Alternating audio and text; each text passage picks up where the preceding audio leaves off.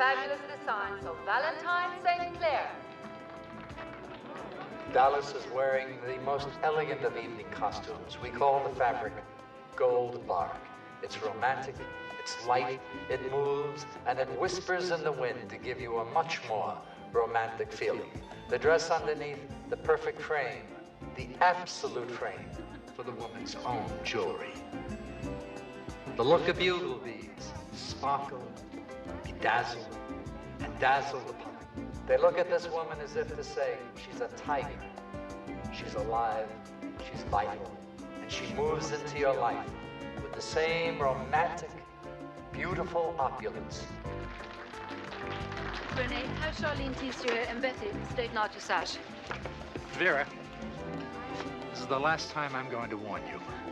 You get those girls out on cue, or I'll find someone who can do it. Look, you don't... Will you belong? Move it! Vera, try not to take him so serious.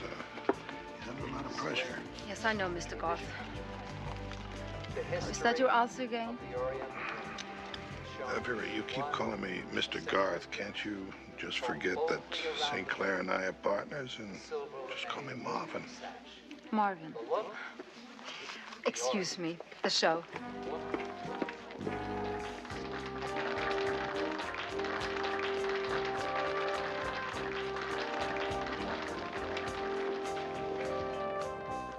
St. Clair. I told you to stay out front. Keep out of the way. I'll stay where I damn well please. Garth, take my advice. From now on, be my silent partner.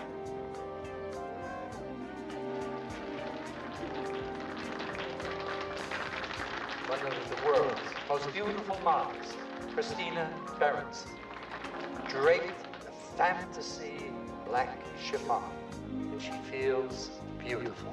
Christina Berenson.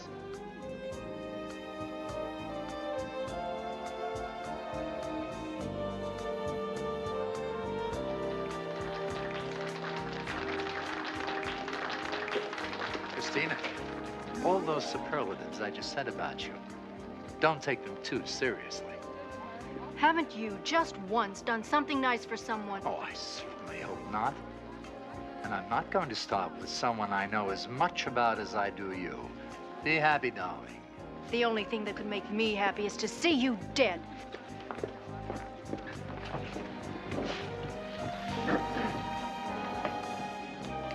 Try to pretend, Vera, just for the next few minutes, that you don't hate me as much as they do.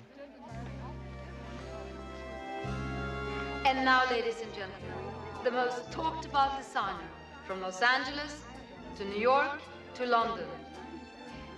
The incredible Valentine St. Clair.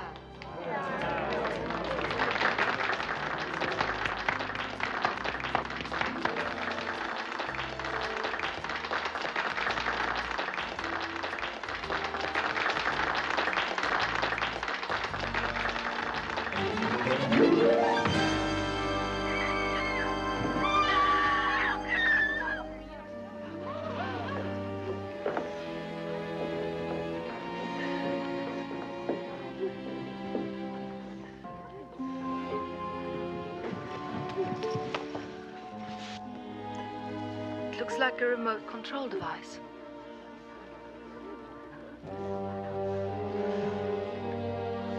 He's dead.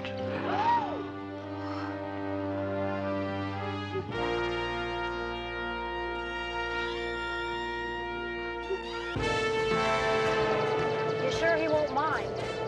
Christina, if you know Houston as well as you claim to, there's absolutely nothing to worry about. Nothing to worry about. I wouldn't exactly call a first-degree murder charge nothing to worry about.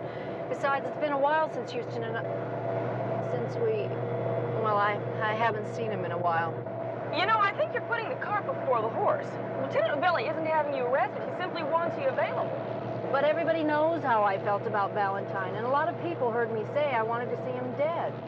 That would make you a prime suspect.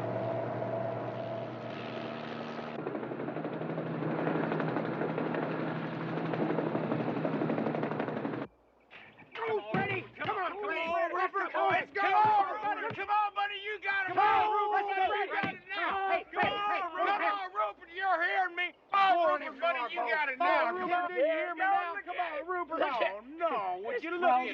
Rupert. Let's go get the... Oh, now, come on.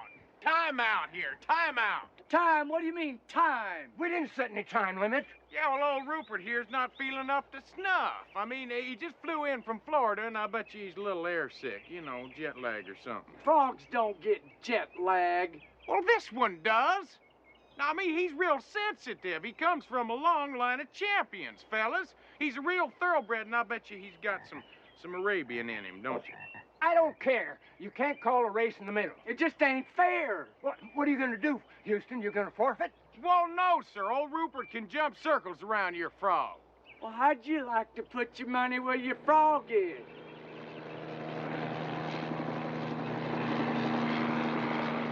You got yourself a bet. Double or nothing, they'll run on Sunday.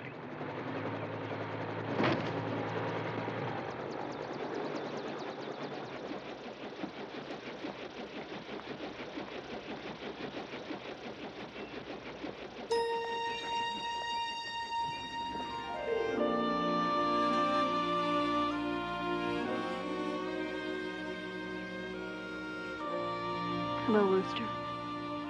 Hello, Squeaky. Rooster and Squeaky. It's been a while. I bet you it's been 6 years, hasn't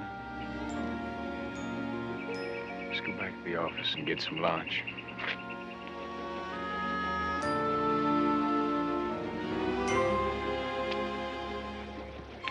Houston, you forgot something, me. One thing's for sure, Rupert's legs are probably better for eating than for jumping.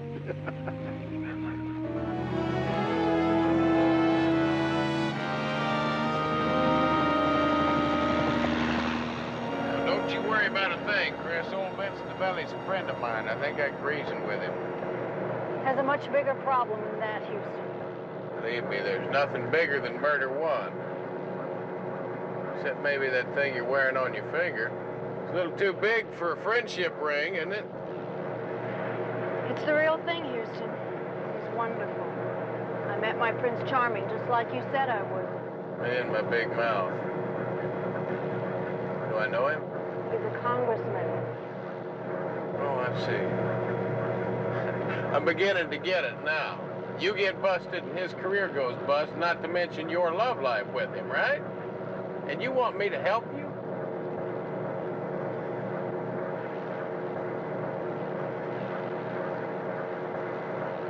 Now what the hell? For old time's sake, don't worry about a thing. Old Rooster's gonna fix it.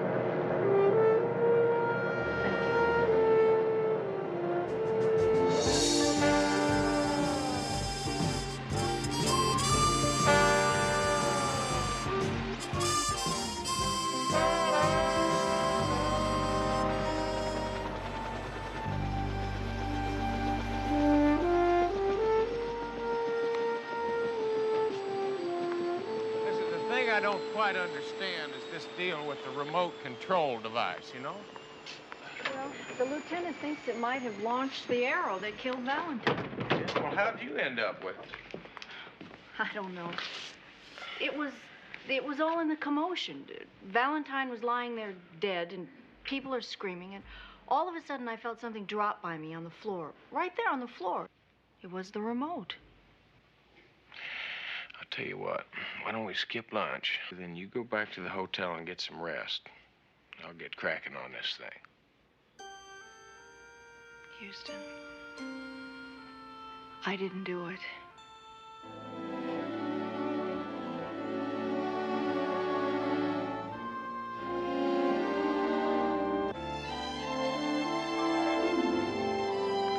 We think the arrow was launched electronically. And when Valentine was killed, your lady friend was standing over there with this remote control device by her feet. And we have an eyewitness. That's her, Vera Martin. Oh, thanks, Nels. Yeah, excuse me, my name's Matthew. Yes, I know, Houston. You are Christina's friend. That's right. I'm glad she has someone like you to stand by her. Well, thank you. You know, I feel terrible about having to tell the police. You know, I saw the clicker by her feet. Yeah, well, of course you did. I tell you, I need to ask you a question. Can you tell me what kind of man Valentine St. Clair was? Passionate, explosive, moody. Well, you see, he was an artist. Yeah, well, if he wasn't an artist, could it be construed as rude and obnoxious and downright unlikable? Well, he wasn't an easy person to get along with. But you see, for me, well, I know it might sound corny, to learn at the feet of a master, well, I guess there's still some old-fashioned hero worship in me. I'll miss him. Yeah, who won't miss him? I'm not going to swallow any more red ink. Now, if they want to sue, then I'm going to declare bankruptcy. Then they're going to have to wait till the middle of the month to get paid. That's their choice. Before you ask, that's Mr. Garth, Valentine's partner. Yeah, will he miss him? Well, everyone knows that they had their differences. Well, the real screaming was with his wife, Valeska Debrecen, over the divorce. She was in the audience yesterday when he was killed. Houston figured he'd better track down St. Clair's ex-wife, Valeska Debrecen. He found her at the Psychic Research Institute, which she owns. It's a strange place with an even stranger owner. Thinking of the pattern, and only the pattern, and hearing only the sound of my voice.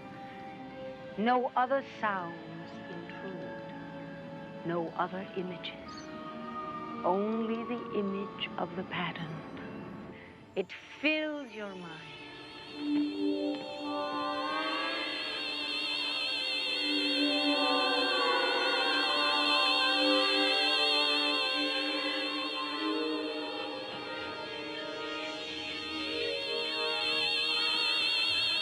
Well, would you look at that? That's fantastic.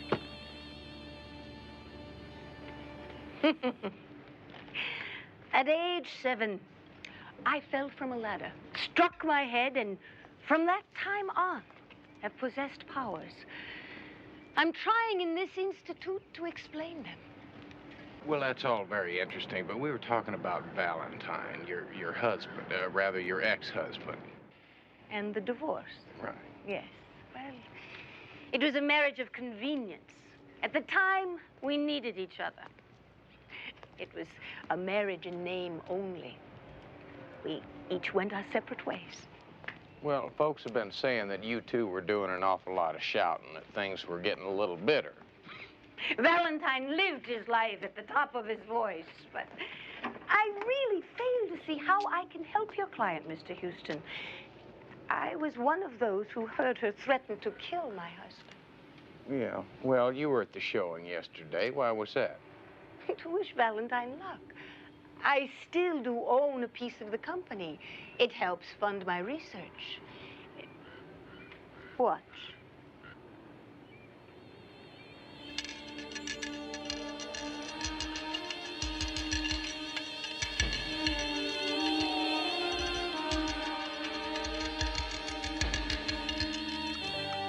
Yeah, well, after seeing this and the cards on the table and everything, it does kind of lead me to believe that you know a thing or two about showbiz.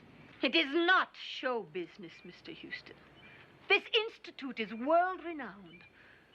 Our works are supported by donations from every country in the free world. Yeah, well, I'm sure there's something to it, but see, I already gave it the office. Something to it! That sundial. I think it's a bit slow.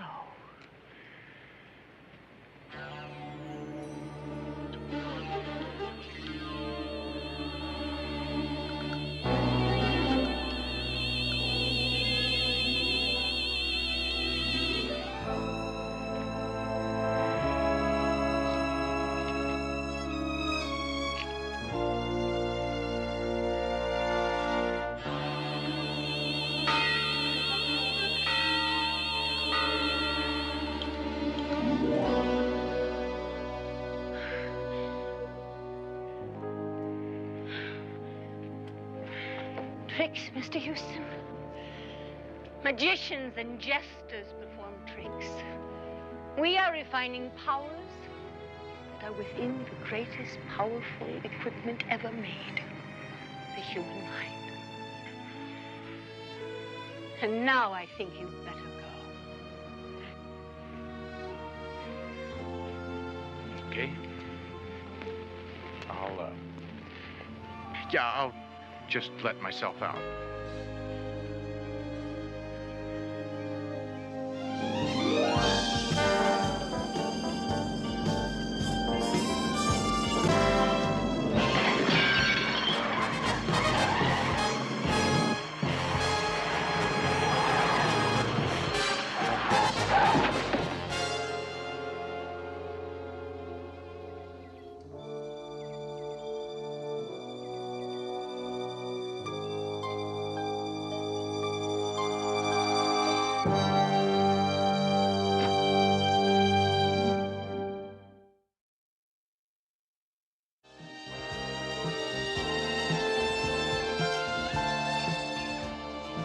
Tell you something, CJ. Now, I'm less than partial to being shot at, and I'd just as soon we find out who did it before they try it again.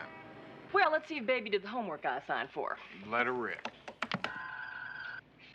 Marvin Garth, former accountant. About 4 years ago, he poured everything he had into St. Clair's company. Now, the profits are marginal, but Mr. Garth is living a mite high on the hog. How high? Bankruptcy high. Until St. Clair's death, he is now the sole beneficiary of a $1 million life insurance policy. Well, $1 million is a good reason for murder. You bet. You sure are glad to see her, aren't you? Who? Squeaky. Next picture, CJ. Vera Martin, about 2 years ago, she became St. Clair's assistant. Very talented, very ambitious lady. Some people say that she's a lot more talented than her late unlamented boss. Well, ambitious ladies have been known to kill before. What's next? Valeska Debrican, St. Clair's ex-wife. Oh, yeah, well, you can cross her off your list. I tell you, this lady does not need an electronic gizmo to kill. Mind control tricks? Yeah, I mean, I saw that lady do some things that give a whole new meaning to the word spooky.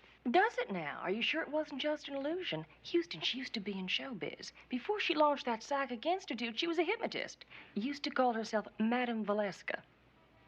Now, wait a minute. What are you trying to tell? You mean you're trying to tell me that I didn't really see what I saw and that she planted all that in my mind? Well, let me put it to you this way, Houston. There are some women that can make a man think just about anything they want. Speaking of which, why don't you tell me about Squeaky, Rooster? Were you engaged or what? Look, can I be real honest with you, CJ? Shoot. All right. I'll tell you something. I have only really loved, and I mean really loved, once in my life. It was so complete, so deep. I just don't think I'm ever going to be able to match that again. Christina's that good? Christina? I'm talking about Rupert. My frog. Houston, where are you going now? To a fashion show. You mean to see Squeaky, don't you?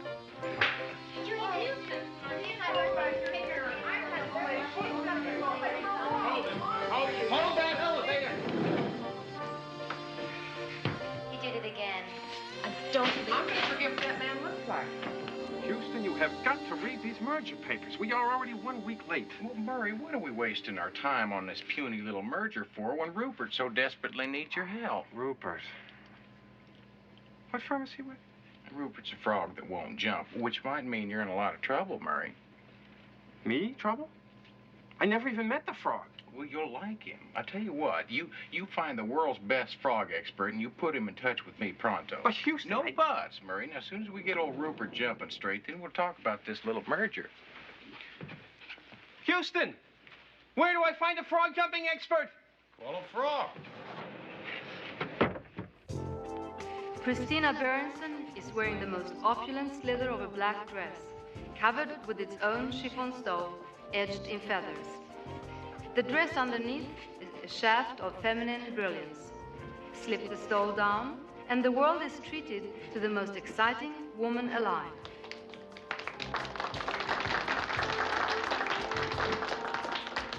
Renee! Renee! Honey, go find Renee. She's gonna miss her cue. Beau Lamé, wondrous. Should have stayed in accounting. Oh, there, Mr. Guard. This seems like an awful lot of trouble. I mean, how much could the Valentine label be worth now that St. Clair's dead? As long as Vera's around, everything is fine. See, Vera is great. She's the one that designed most of last year's bestsellers. just that Valentine got all the credit. Well, if that's the case, Valentine's death is a pretty good break for you and... Let's not get ridiculous.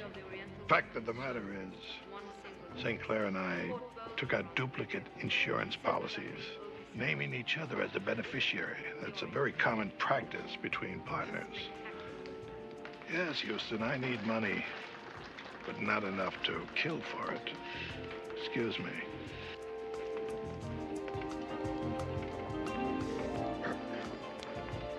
The look of bugle beads sparkle, bedazzle, and dazzle. Christina? They look at this woman as if to say, she's a tiger, she's alive, she's vital.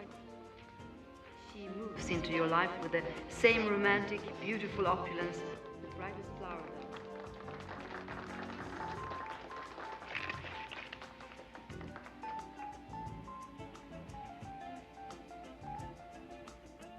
Our next model wears the Renaissance sleeve, the above-the-table romance of that lady says, I'm a woman. I'm proud to be a woman. I'm glad to be alive. Black chiffon, soft and gold. The look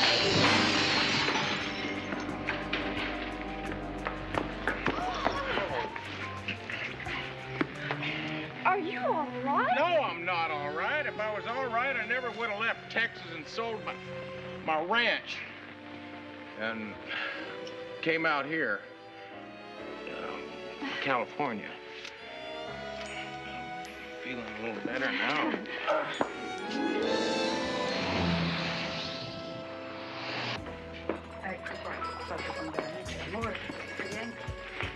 Ecco qua. A beautiful antipasto for a beautiful lady. Oh, thank you, Mrs. Novelli. Oh, all my friends call me Mama. And you're my friend, Bellezza. Thank you, Mama. So, friend to friend, what's the secret, huh? I use all the same makeup as you do. Hey, how come you look like that and I look like this, huh? Huh? Hey, but 30 years ago, ooh, I'd have given you a run for your money. Hey, and my son Vince wants to see you in the back. Yeah, I'll be right there, Mom. How can you be so calm? You were almost killed. Well, the only thing I'm concerned with right now is finding a killer. It never would have happened if you hadn't been trying to help me. What I'd like to say to you is thanks. Listen, would Rooster ever desert Squeaky? I mean, really, think about it. Houston, no matter what happens, promise me you'll always remember how beautiful it was between us.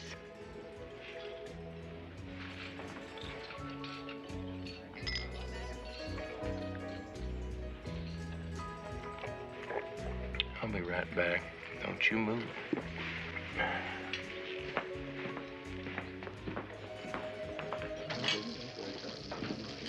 Vince, Mama said you... Well, it can't be that bad. What? Well, whatever it is that's making you frown and smooshing up your face like that. Houston, I know you care for that girl. And what I got to say is not going to make you happy. You better go on, Vince. How long has it been since you've seen her, and what was she doing in between? Well, it's been a few years since we've seen each other, and she's been doing a little traveling. Wrong. Up to 6 months ago, she was living with Valentine St. Clair. Bitch. That's impossible. Is it? Well, she needed him. He needed her. She moved in. 3 years later, they had a big fight. She moved out, met the congressman, wanted to marry him, only St. Clair wouldn't let her out of her contract. Threatened to dump the whole story on the congressman. Houston, CJ's on the phone. She says it's urgent. I'm sorry, Houston. She's been lying to you. Let me ask you another thing. How'd you get so lucky to be backstage just in time for that lamp to almost drop on your head? Someone took a shot at you to boot. Vince, you better give me some time to prove that you're wrong. Okay, tomorrow there's a buyer's brunch. Then everybody's gonna scatter to the 4 winds. By then, the lab boys will be able to tell me if the clicker in your client's hand triggered the arrow. If so, I've got to arrest her.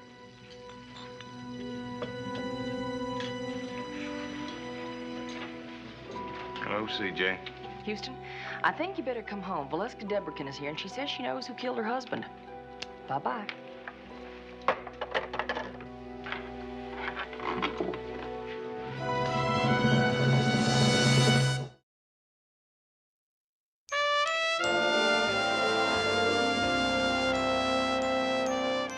It was Vera Martin, my husband's assistant or protege.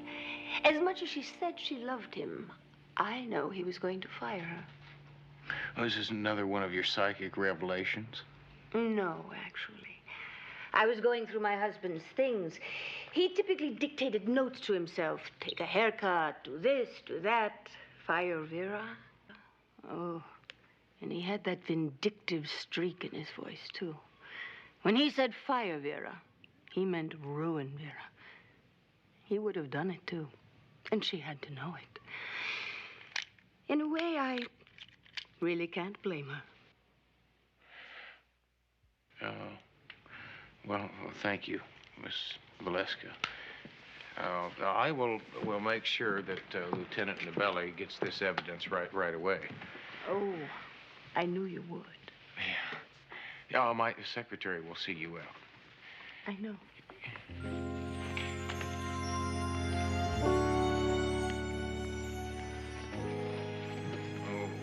Well, I'll tell you, the ingredients we've got in this Valentine mess, we could stir up a whole pot of Texas chili. Well, I've got a hunk of pepper to drop in the pot, which I just found out about an hour ago. Now, apparently Valentine used to like to have his European show about a month after his American show. It was canceled this year. Well, who canceled it? His partner, Garth, the day before Valentine was murdered. Well, it kind of sounds like our budget-minded ex-accountant figured a way he could save $1 or $2 if he knew Valentine wasn't going to be around in a month. The thought had crossed my mind. By the way, it's your shot. Yeah, so that gives us Vera, Christina, and Garth. They've all got Mom. Mom? Yeah. See, that's method, opportunity, and motive. You see, Garth inherits the business and $1 million worth of insurance money, and Vera gets to keep her job. And becomes head designer. And that brings us to Christina. Houston, our clients are never guilty unless you know something I don't know. Well, you better get rested up, because we've got an awful big day tomorrow. I need you to do a couple things for me. First, find out who's been sending the flowers to Vera. Second, I want you to get dressed up in your best bib and tucker and meet me at Tobias' party. Because I think it's about time we started stirring a few of these folks up. I think it's time you tried to make a good shot. Yeah, well, I haven't got a shot. There is no such thing as a frog jumping expert, at least not in this metropolitan area. There is, however, someone in Moss's Marsh, Florida, who is recognized as an authority. Well, send a plane, Murray. He only comes out of the Okefenokee at flood season, and the last flood was 1974. Hey, wait a minute. Are you trying to tell me we can't find him? Some say he's not a man at all, but merely a legend. Walking the swamp when the moon... Murray. What is that? I can save you the reading. There are only two ways to make a frog jump. Food or a predator.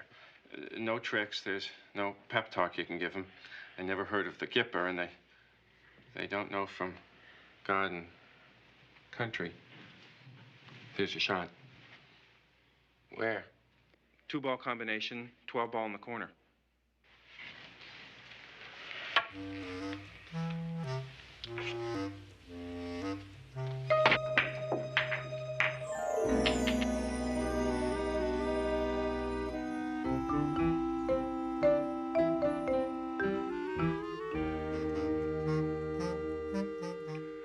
Not just another pretty face, you know.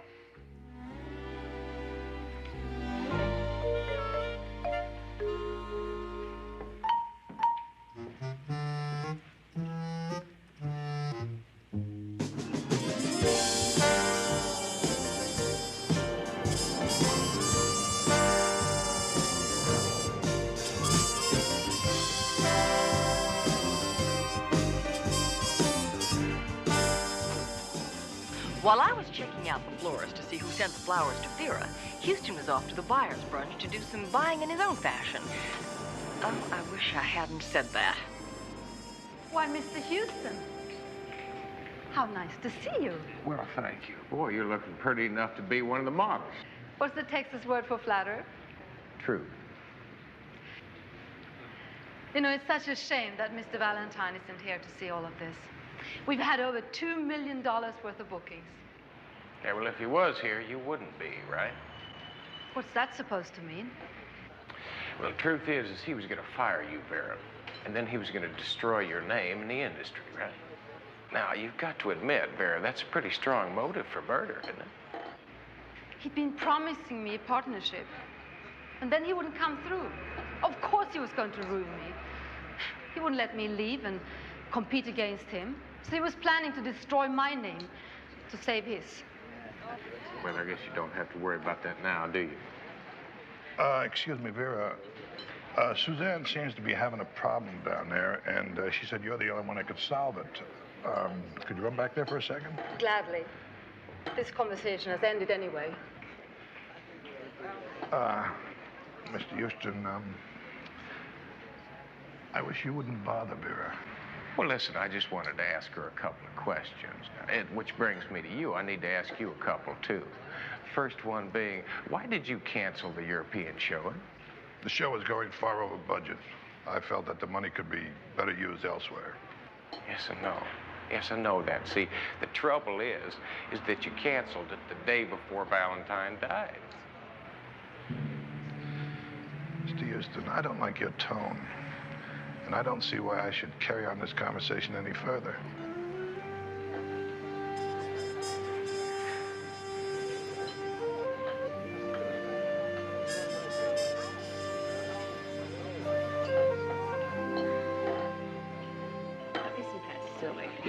Mr. Houston, what a surprise.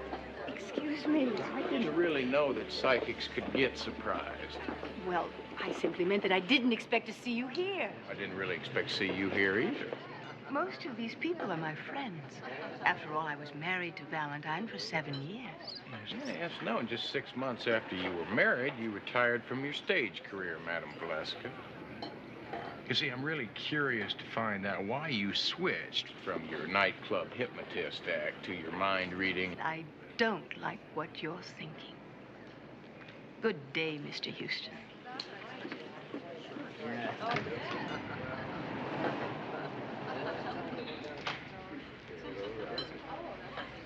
Houston. Houston. Did you find out who was sending the flowers to Vera? Yes, I did. Ladies and gentlemen, I am happy to announce that the proud tradition, the trend-setting designs of Valentine St. Clair fashions will live on through the enormous talent of his own protege, Vera Martin.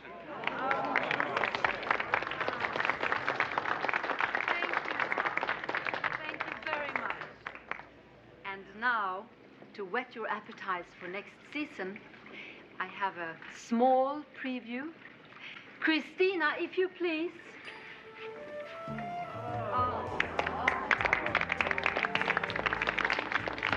You know, I'll bet you old Garth is Vera's secret admirer. You should have seen the look he shot me when I challenged her. I think he's in love. He just might be in love enough to protect her. Maybe even enough to kill Valentine for her. Good motive, wrong suspect, Houston. You're not gonna like this. Vera's secret admirer? Christina. Right. Sorry, Houston, but it's beginning to look more and more like she's the one who killed Valentine.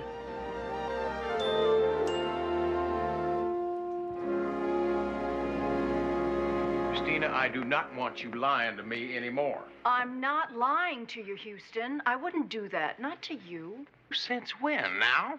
Christina, those flower arrangements, you bought them with your credit card. I saw the receipts. Yes, I bought them, CJ. But I am not Vera's secret admirer.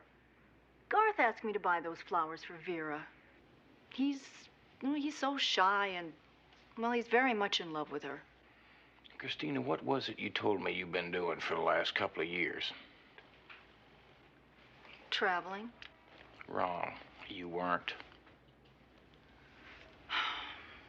I was living with Valentine up until a couple of months ago when I met Brian. I couldn't tell him about Valentine, and I didn't want to tell you because I didn't think you would help me. You didn't think I was going to help you? Christina, I thought that... We meant a little more to each other than that.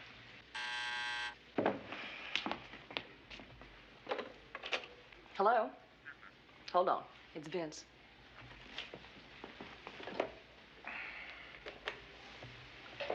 Hello, Vince. How you doing, Houston? Where's Christina? Well, I'm not really sure, Vince. The last time I saw her was at the buyer's party. Why? Yeah, well, I'm in her dressing room, and I'm sorry to tell you this, my friend, but we found enough evidence to book her for murder one.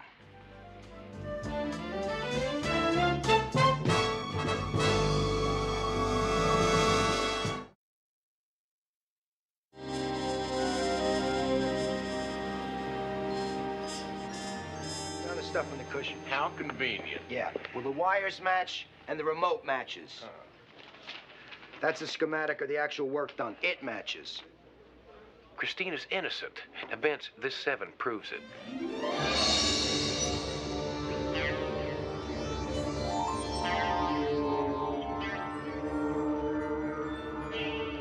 You tell her what I'm thinking?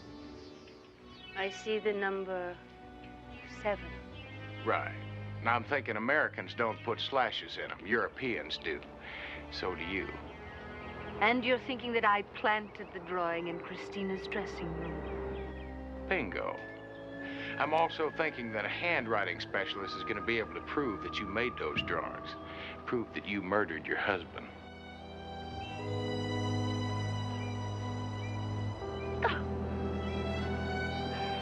He would have destroyed this. All of it. If the divorce settlement came through, they were going to sell this land. I hope you're not asking for sympathy. This lady, you're a killer. Hold it. Right there. You're not entirely factual when you were describing the murder of my husband. I had help, Mr. Houston. I would imagine it was for the same reason, money, right? That's right. Now that Valentine is dead, Valeska gets to keep the Institute. And I get all the insurance money plus the company. We were a team in the best sense, Mr. Houston. I planned the murder. Garth carried it out. It was all a trick. Just like everything here, a trick, right? Don't make the mistake of underestimating me, Mr. Houston. The mind is an extremely powerful instrument. You'd be surprised what mine is capable of. But then you remember we talked about the mind, its potential, how the mind is susceptible to suggestions, some more so than others. We have a problem, don't we? You know that we killed Valentine, but you're not going to tell anyone, are you? Look at me, Mr. Houston. Here. Take the gun.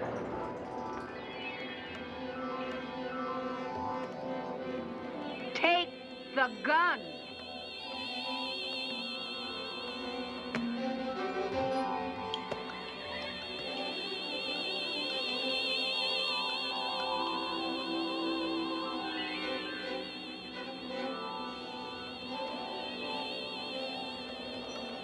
Now, Mr. Houston, look at me. Put the gun to your head.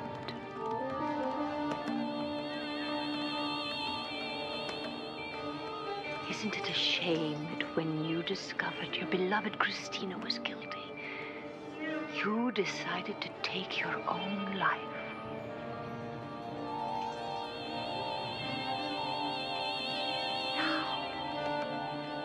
Pull the trigger, Mr. Houston.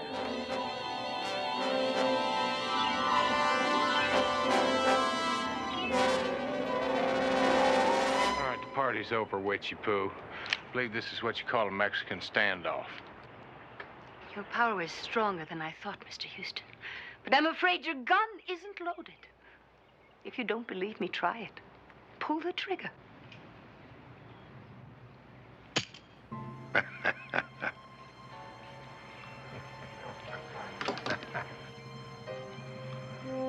Sometimes her witch stuff works, and sometimes it doesn't. Now it's my turn. Oh, now, wait a minute. Look, before you shoot me, I want to tell you something. See, since I was here the other day, I've been practicing. You see that sundial there? Watch this.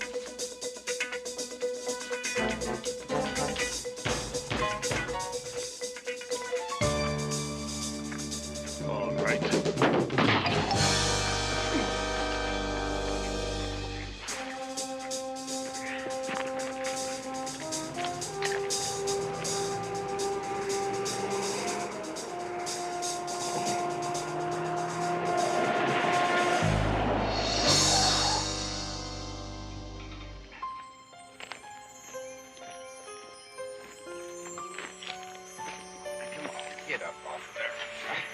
Come on. I'm tired of picking you up. Stop right there, Houston. Oh, come on, Valeska. I'm tired of your games. I'm too tuckered out. I don't want to play anymore.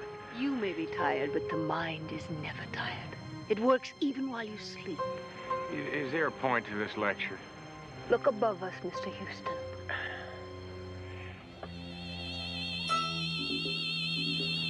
Oh, this is a bunch of hogwash. Now, I believed it once, but I'm not going to believe it again. Now, you come out of there. Come on, just get out of there. Come on. Listen, you got to quit scaring people with all this mumbo-jumbo stuff. I mean, it really frightens some of them. It's just not good.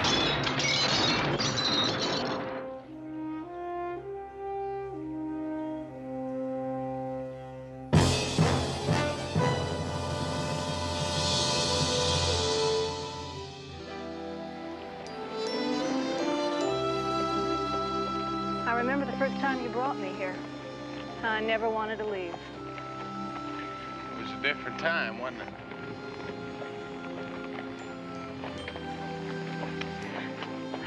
I'm not so sure I want to leave now.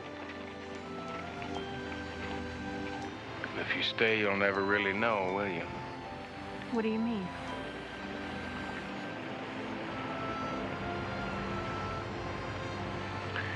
You know anything about frogs? I hate frogs. That's what I thought. Look at your clothes and your satin.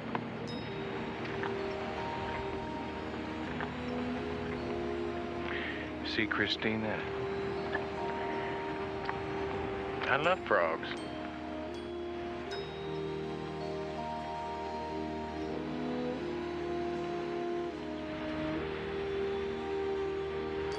Bye, Rooster.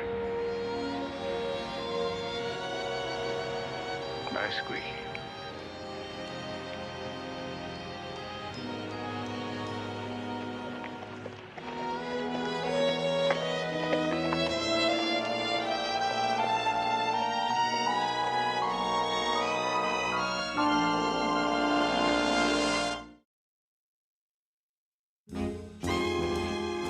Ready?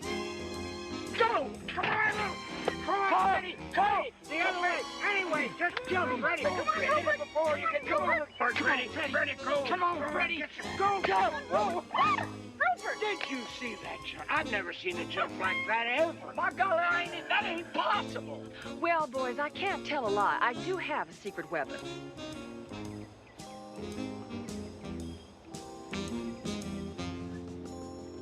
I want you to meet Hildegard. Now, being the official holder of the earnings, I'm going to announce that Houston and Rupert are the winners. Well, that's cheating. Using a female to lure a critter on. I don't know. I never seen any rules written down about it.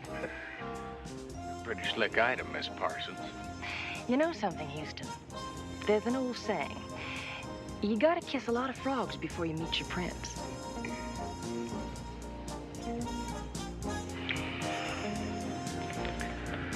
Ribbit.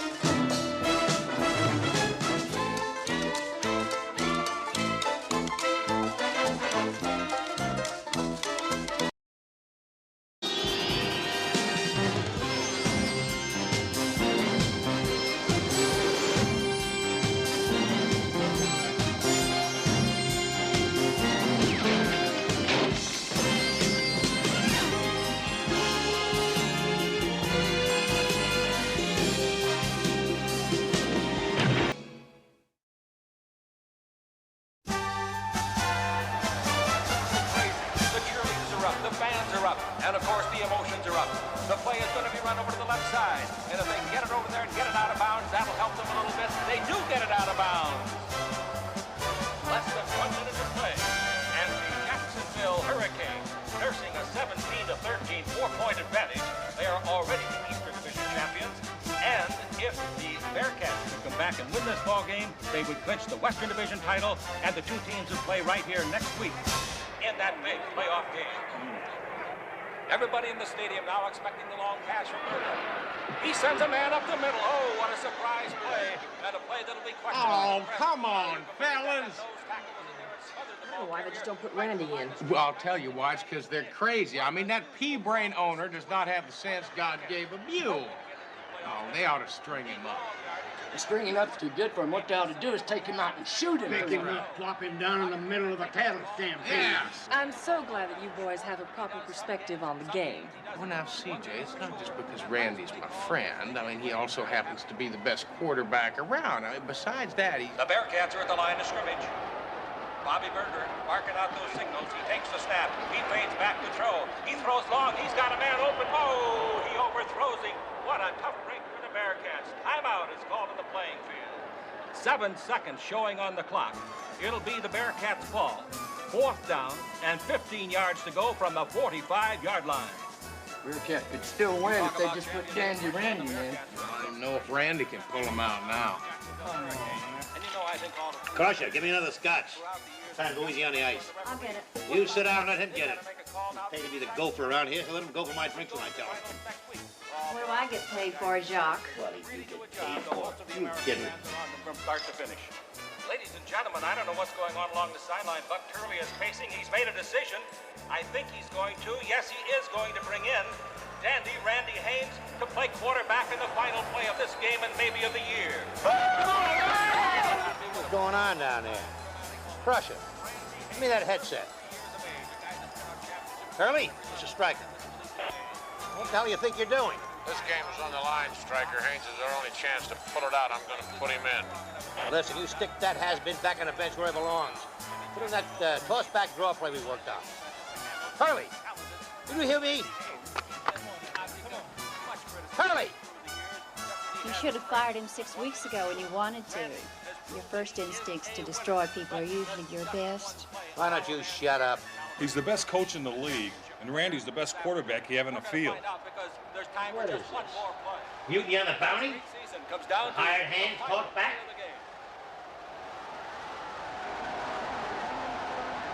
Jacksonville will rush only 3 men on this play, drop 8 of them back for pass defense. Down! Set!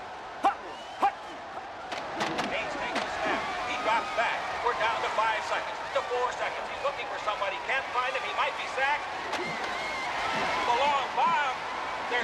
McMaster's in the end zone. Touchdown, Bearcats!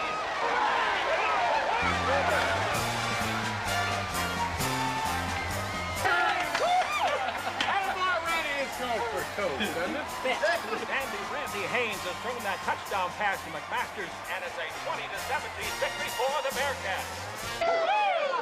Go there, Randy. That's the way to go. Hey, Randy, get it on. And what a finish we had here today.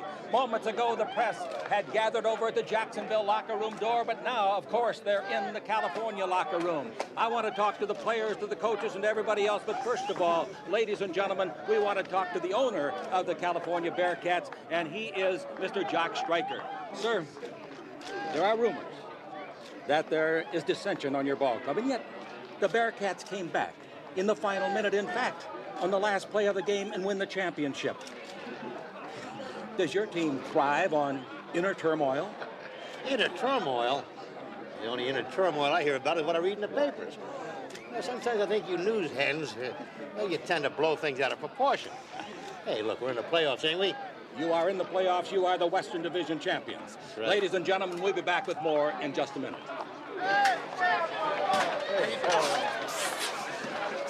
My luck, I guess. I couldn't find anybody in the opening. All of a sudden, Bobby McMaster's got... Hey!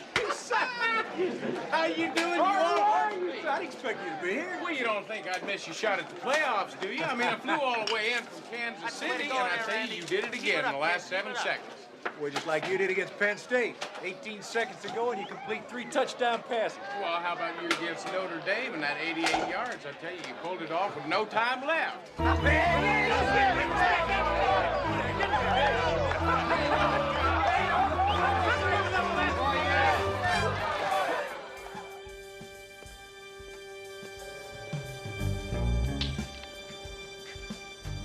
Who is it?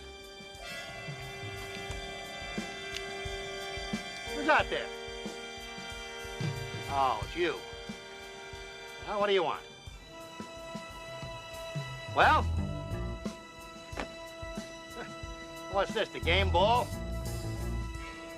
Hey, what is this, a gag? Huh?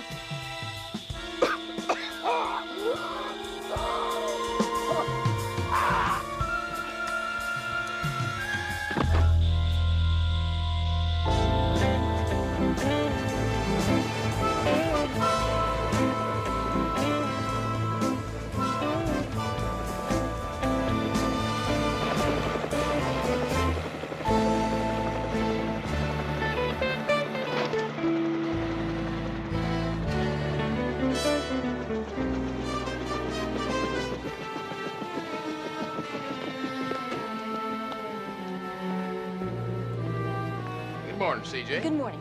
What took you so long to get here? Well, I decided to swing out over the Pacific and watch the whales heading down to Mexico. Boy, they're pretty. Houston, that's wonderful, but I've been trying to reach you at the ranch for the last hour. Now, our unfavored owner, Jock Stryker, was murdered last night. Look at this. Nobody's got any idea who did it? Not yet, but you got a call from Randy. Now, he wants to talk to you pronto, and he sounds like a man in big trouble. What are we waiting for?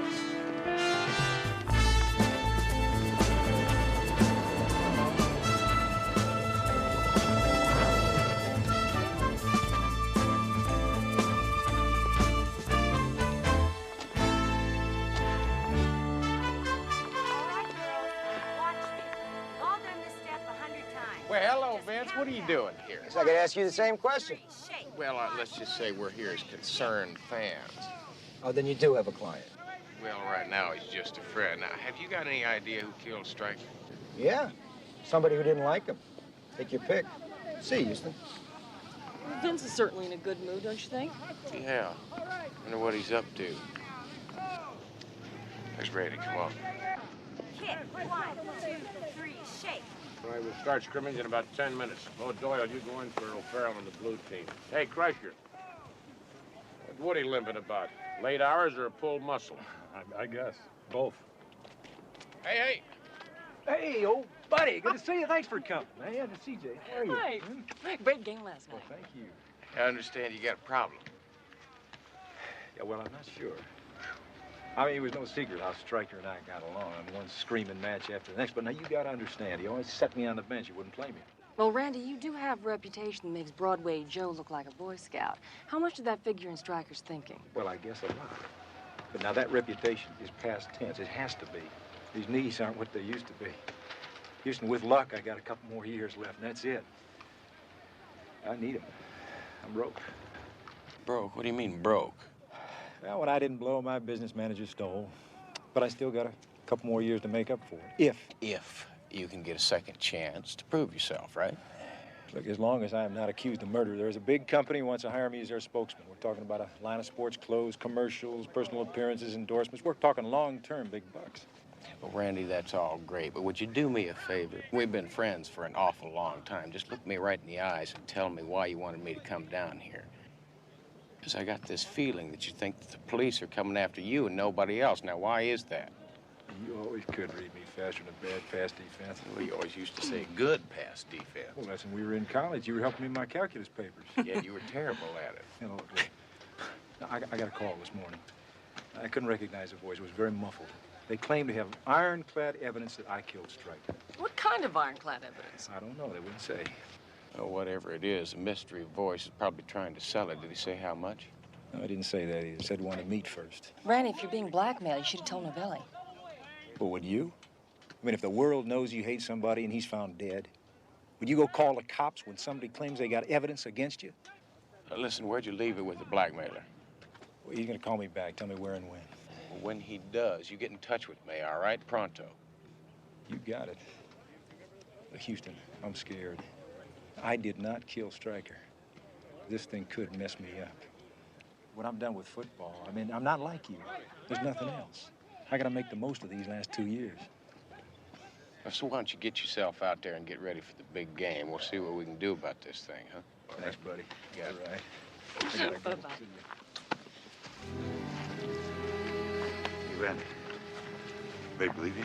Of course he did. Told you, Woody, my best pal. Hey, guys, look at him.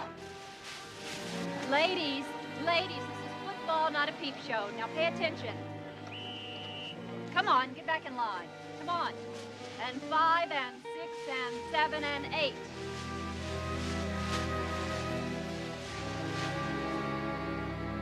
After 3 days, Randy's blackmailer still hadn't called, but Houston and I used the time to begin our investigation of the dead man and round up a list of people who might have wanted to kill him.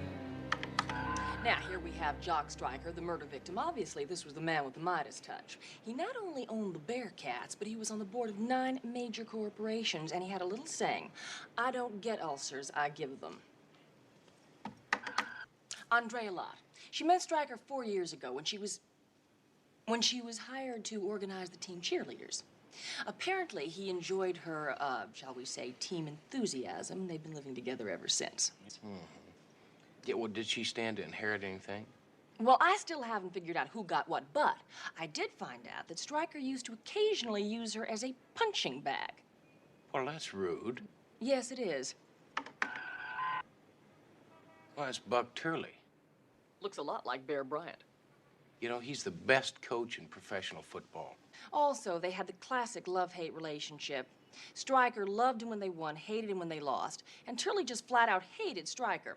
He thought that all team owners were necessary evils. Yeah, well, you better do a little more checking on him, CJ. Thanks a lot, Houston. You're welcome. And last but not least, we have Crusher Kowalski. He has the extraordinary title of player rep, but in fact, he was only a gopher for the deceased. Now, they were close for many years, but in the last few weeks of Stryker's life, they argued a lot.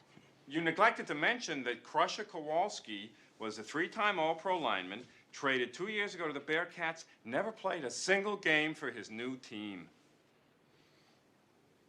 Football is sort of a hobby of mine. Funny, you don't look like a football fan. Do you want some more? Stats are my most fun. Most efficient passer, Sammy Baugh. Pass completion percentage, 70.3, 1945 at the Washington Redskins. High point scorer lifetime, George Bland at 2002. Longest kickoff return... Yeah, Murray. Now, what about Crusher? Now, how come he never played for the Bearcats? An auto accident in the preseason. Leg injuries. Hello? Yes, hang on. It's Randy. Hey, Randy. I just got a call from the blackmailer. He wants me to meet him tonight. What time? 8:30 at the stadium. Listen, I don't want you anywhere near there, all right? You let me handle everything. Good enough. Oh, listen, CJ, tonight was the night I was supposed to treat you to that Texas T-bone with all the trimmings, right? Yes, it is, and I'm not going to let you get out of it. Yeah, well, I'll tell you what, in that case, if I'm a little late, why don't you go ahead and start without me, okay? Houston, where are you going? While you're keeping the T-bone warm, I'm going to the stadium, and I hope to catch a blackmailer.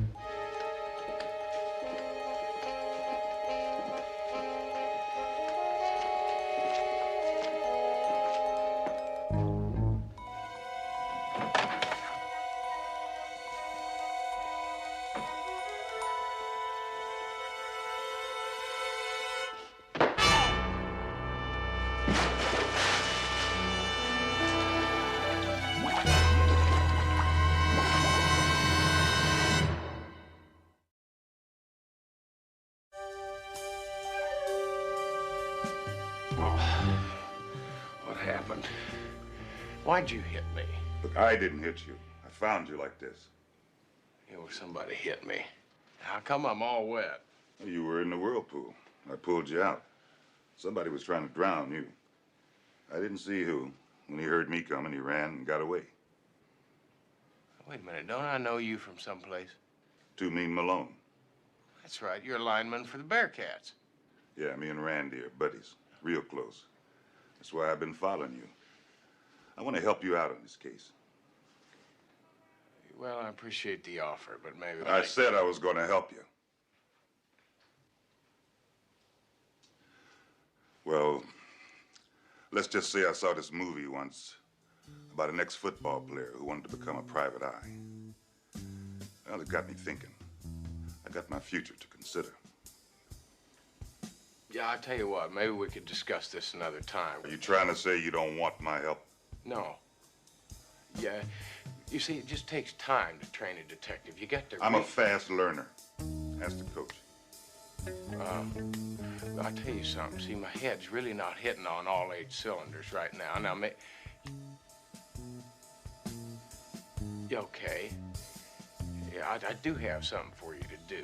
You see, I need to find out who's got keys to this place, who might have left it open so you and I could get in here. Now, can you run that down for me? I'm already on it.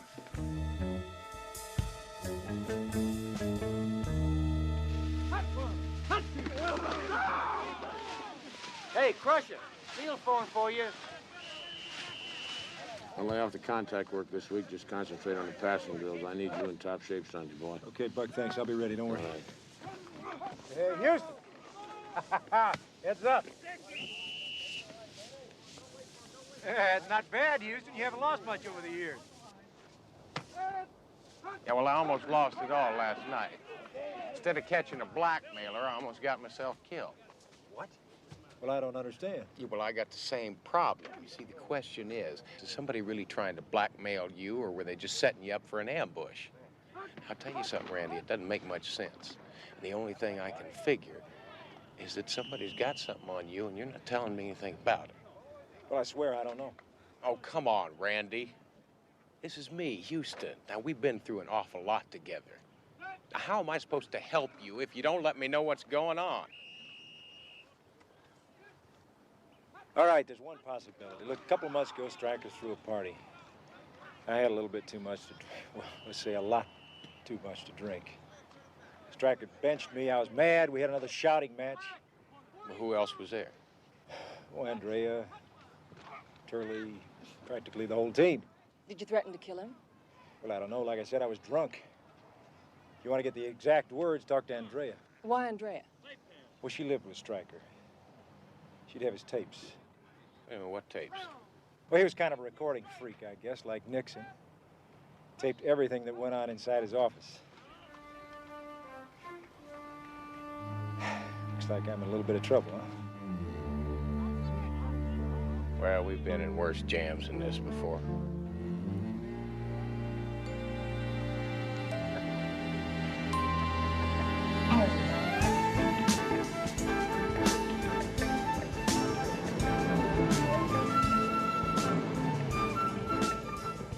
Nat Houston is a man who never forgets a face, especially a beautiful one. So while I went back to the office to dig further into our suspects, he went on alone to talk to Andrea Lott. War is hell. Now, I would like the chairs all around here, and the podium for the minister should go right there, okay?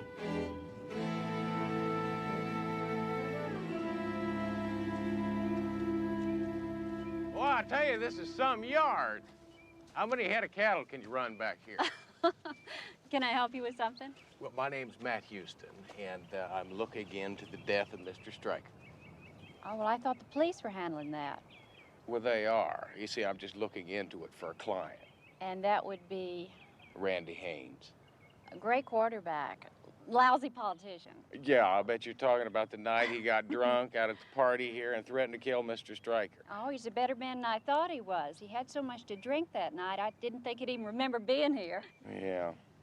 Yeah, listen, I understand that Mr. Stryker used to make tape recordings of everything that went on here. Do you suppose I could listen to the one at the party that night?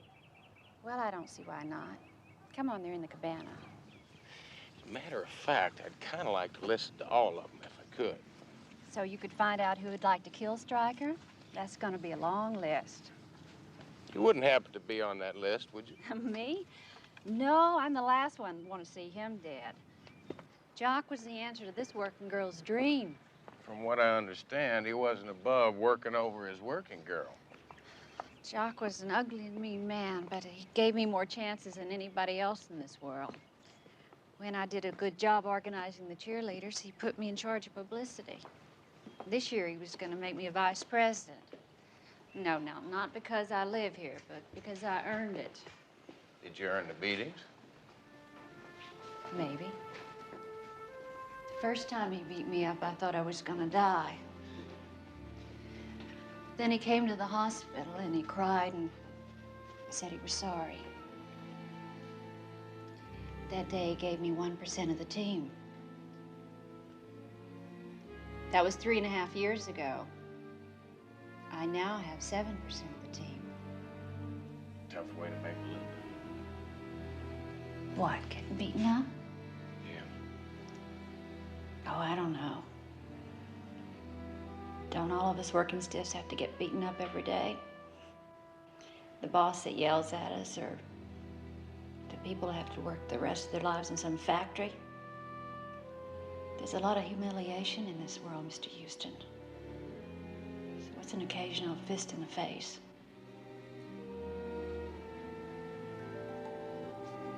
The tape you wanted would have been August 5th. It's not here. Are there any of the tapes missing? No, they're all in order.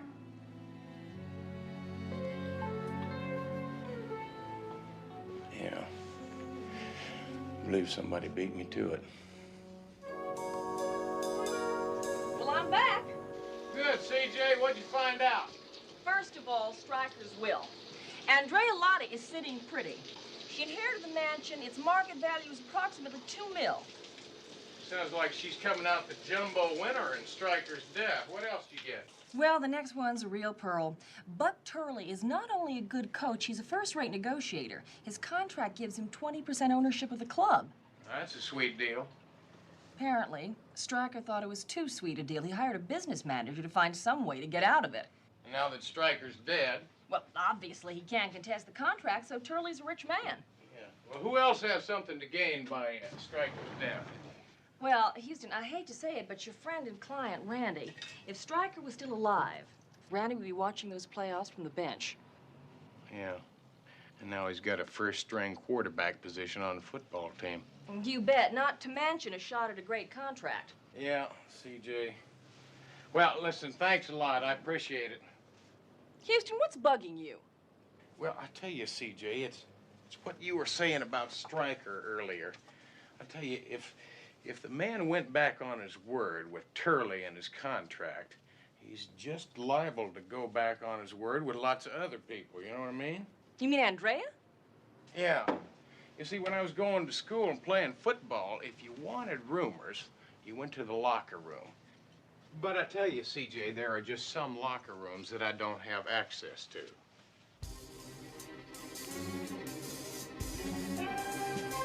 You don't mean locker room as in teddy bears? Yeah.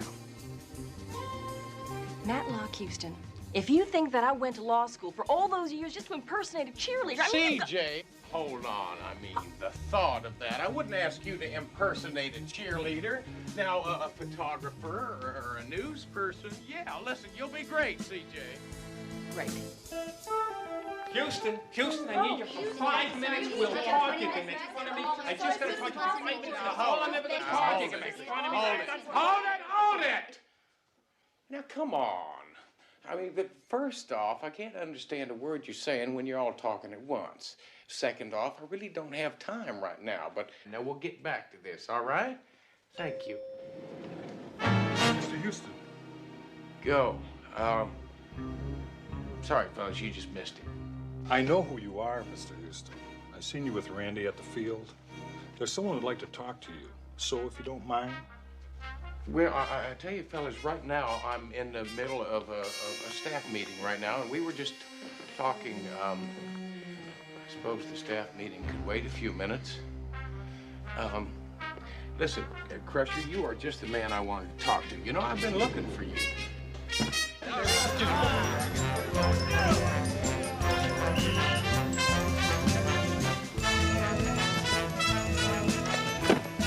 Come on, Swenson. You want to wear a championship ring, you got to do better than that. Don't bend it, break it in half. Get low. It's been a pleasure talking to you, Crusher. Coach, Mr. Houston. Well, glad you could make it, Houston. How could I resist such a charming invitation? Well, when I talk to people, I like to do it on my time and my terms. Well, now, that's more like it, Swenson. You might wear that ring yet. Would you do me a favor and tell me why I'm here? Oh, it's the game Sunday. For the first time ever, I'm going to run this team the way I want to. And that means that Randy's going to start at quarterback. Not if he's in jail for murder. He's innocent. I'm counting on you to prove that. What makes you so sure that Randy didn't kill Stryker? Houston, I know my players better than I know my own sons. He is no killer, believe me. And what about you? Why would I want to kill Stryker? Well, it's like you said, now you get a chance to run the team the way you want to. Everybody knows you hated Stryker. That's no secret. Besides that, now that he's dead, there's no chance of him reneging on the contract. Says you get 20% of the team. Oh, done your homework, haven't you? Yeah, sure, I hated Stryker. The reason I went to work for him, though, is because he gave me a piece of this club. But what the hell, Stryker was always reneging on deals, trying to back out. You see that guy over there? The Crusher? Yeah. He had a lifetime contract with Stryker. Tried to get out of that one, too. Yeah, he doesn't look like a man that'd deal with disappointment very much. Oh, you are so right, baby, so right. I'll see you in a minute, Coach. Houston, how's it going? You see any light at the end of the tunnel? Yeah, I'll tell you right now, I've got so many unanswered questions, I'm lost. Listen, would you do me a favor and give me a lift back into town? I sort of got stuck out here without my car. Well, sure, you can use my car. Come on, I'll give you a lift down to the parking lot in my cart. Say, Houston, Whatever happened that weekend you took Mary Lou McAllister to Laredo? Well, I thought you took her. How's your arm doing today? I'll put it in the cart.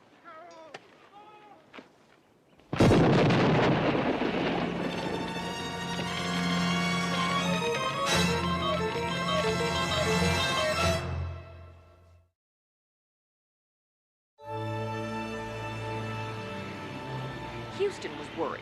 This morning, Randy was just a suspect. Now, after a second attempt on his life, it was clear he was a target.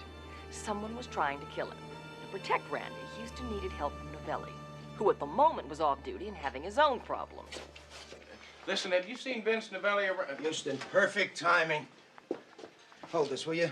What are you doing? Does it look like I'm doing hand gliding? I'm spending my day off cooking. Mama's chef didn't show up and I'm helping her out. Yeah, but anchovies and lasagna? Oh, hold on. Vince, if you'd rein up for a minute, I'd kind of like to talk to you. I can cook and talk. Yeah, well, it's about Randy. Oh, Houston, thank God you're here. Please, could you give my Vince a hand? Oh, relax, I've helped you before. That's why I'm worried, figlio mio. Houston, taste this. How is it? It's good, Vince. Now, about Randy. Look, everything's gonna be all right. And since that bomb totaled out his cart, we have a 24-hour police guard on him. He's safe. Yeah, but Vince, he's going to be out on that playing field on Sunday, and there's going to be 70,000 people out there. Now, how are we going to protect him then? Look, I'll talk to him at Stryker's memorial tomorrow. I'll convince him not to play. Vince, it's the most important game of his career. I can guarantee you he's going to be there. Listen, you'll be sitting duck out there. I don't like the look on your face. It usually means trouble. Yeah, well, not this time, Vince. I'm just trying to figure out a way to protect the man. What are you talking about? Well, I could always get my arm back in shape. You're gonna go out there for him? Vince, he's a friend. I'd do the same thing for you. Making yourself a target, that's crazy. That's what I'm afraid of. This is yours.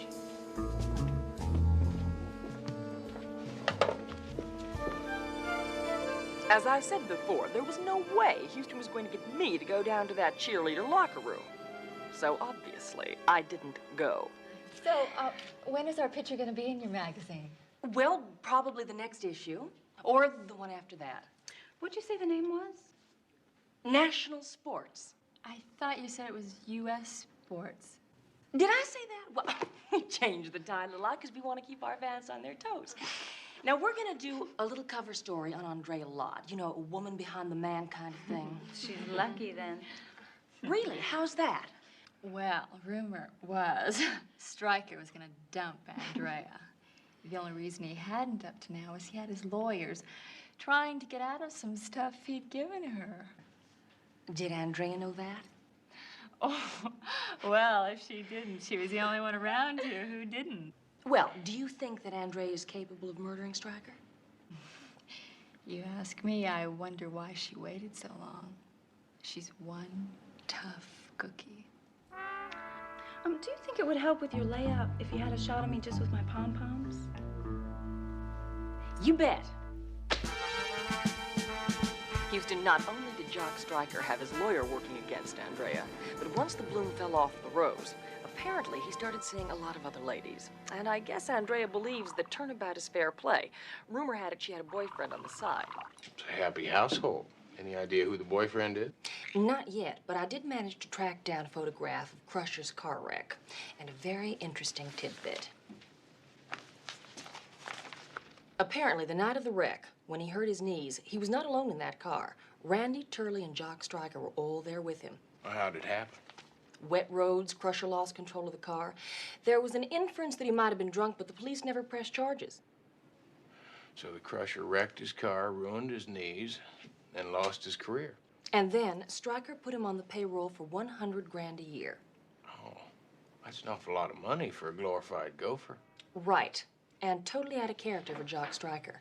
Sir, if you'll just let me explain, I know I can satisfy. So, Houston, help! I found this guy sneaking around with all these papers. Yeah, well, don't worry about it. He works for us. Well, he does? Well, he looks so suspicious. Well, he's paid to look suspicious. He's our accountant. Houston, why is Two Mean Malone running a security service for you? I'm his assistant. A what? Oh, wait, he's just sort of helping out Murray. Oh, well, if he's going to be on the payroll, he's going to have to fill out a W-4 and... No, Murray, you don't understand. He's not on the payroll. I'm not. Yeah, well, it's just a technicality. Yeah, Murray, you'll figure that out for me, won't you? I want to know how he knows who I am. Oh, Murray's a football fan. You don't look like no football fan. Oh, I am. I am. And you're Too Mean Malone, the leading lineman in football. But you've got 19 sacks, 7 interceptions. And no W-4 form. No W-4 form?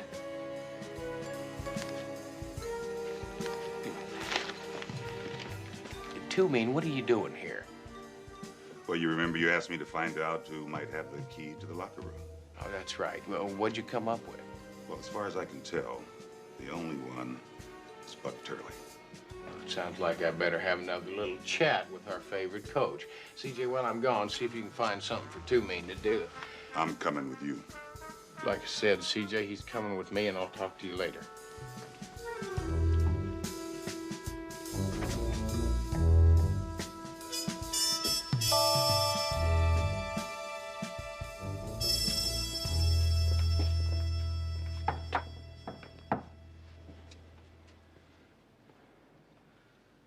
Well, maybe he's already gone to Stryker's memorial service. That's locked. I tell you what, we'll just catch up. Wait a minute.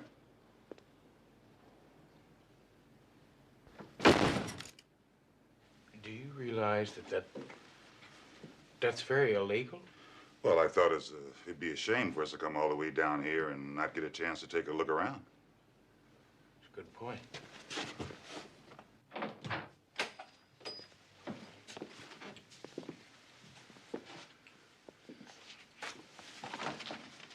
Well, isn't that something? I'd say Coach Turley's got some explaining to do. What is it? It's tape we've been looking for. I believe it's going to tell us everything we need to know.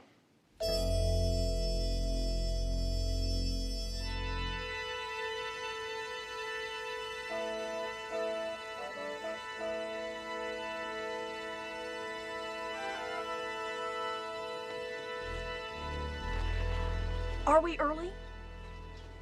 Actually, you're a little bit late. We were supposed to start 10 minutes ago. But nobody's here. Well, it doesn't surprise me.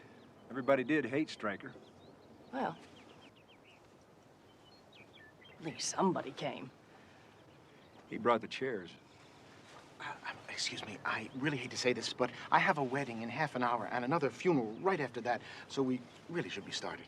Shouldn't we wait for Andrea first? Well, she called. She won't make it either. But she lives here. If we could all be seated, I can begin. The deceased, he was the football person. Yeah. Ah, that's what I thought. I pride myself on individualized services, so I prepared something special. Please.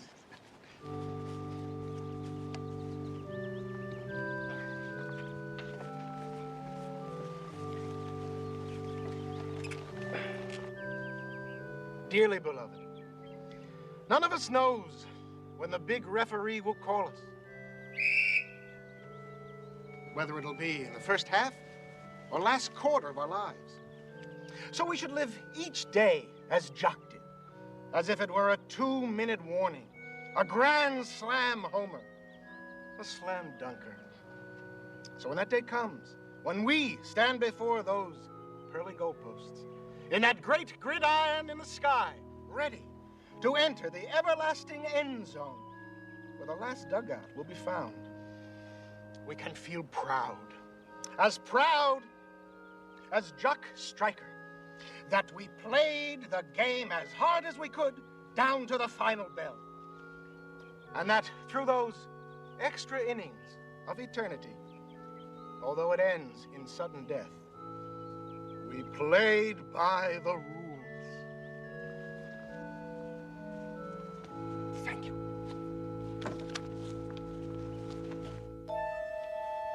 I'm so sorry. Yeah. I'm so sorry. I'm so sorry. I'm so sorry. Hey, Houston, hi. There's good news and bad news, Randy. Now, the good news is I found the missing tape. Yeah, the bad news, I heard it. What does it say on the tape, Houston? No, not much, CJ. Just Randy telling Stryker that if he didn't start him first string this season, he was going to kill him. But I didn't do it. Look, I swear to it. Look, somebody must have heard the tapes or something.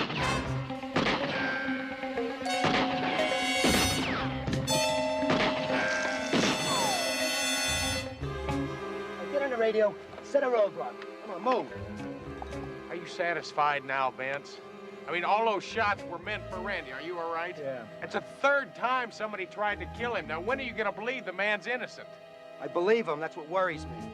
Why would that worry you, Vince? Because Sunday's game is all the closer, and I still don't have a killer. And I'm worried about what happens when number 9 runs on the field to play quarterback.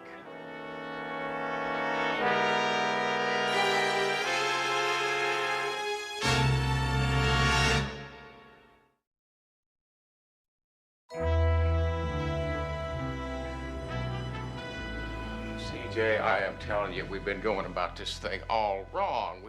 It's not working out. We've been asking ourselves the wrong question. We keep asking ourselves, who would want to kill Jock Stryker and Randy Haynes? That's the wrong question? Yeah, see, we ought to be asking ourselves, why would someone want to kill both of them? Now, come on, let's take a look at these motives. Houston, what we need is a common denominator. Well, that's right, CJ, but for the life of me, I can't. Wait a minute, that's it. What's it? It's backwards. Oh, good. Now, Houston, if you No, would just... CJ, stop your gabbing for a minute. That's backwards. Well, let's scoot our boots. We gotta get to the game. What a crowd. Of course, it's a sellout crowd, ladies and gentlemen. 69,812 here for this great playoff game between the Jacksonville Hurricanes and the California Bearcats.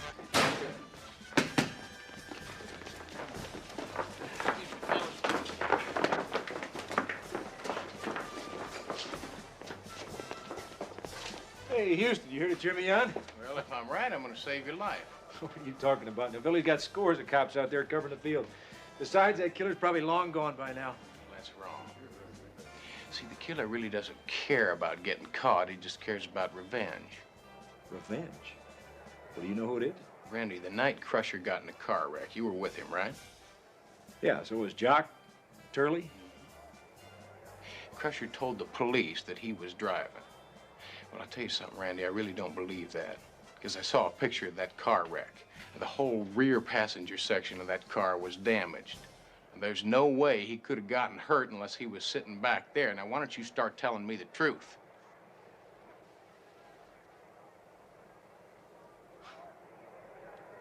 I was driving, drunk. I was still in Stryker's good graces back then, and he was afraid if the cops found out I'd be arrested. So Stryker bribed the Crusher to take the blame for a fat paycheck every week. Look, I wanted to go to the police the next morning and tell them what really happened. Stryker wouldn't let me.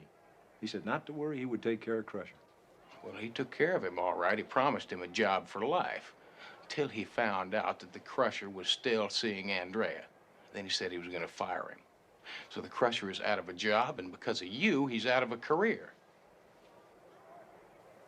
So Crusher killed Stryker, and now you think he's out there? That's right, and he's waiting for you, Randy. Now, if you go out onto that field, you're going to be a dead man. Well, I gotta go out there. Well, no, you really don't have to. Sorry, Brett. The weatherman has really cooperated for today's game, and the vendors, they're doing an outstanding business. The commissioner... Houston, are you ready yet? Houston, can you hear me? I got you, Vince. I'm coming out of the tunnel now. And here comes the hero, Dandy Randy Haynes.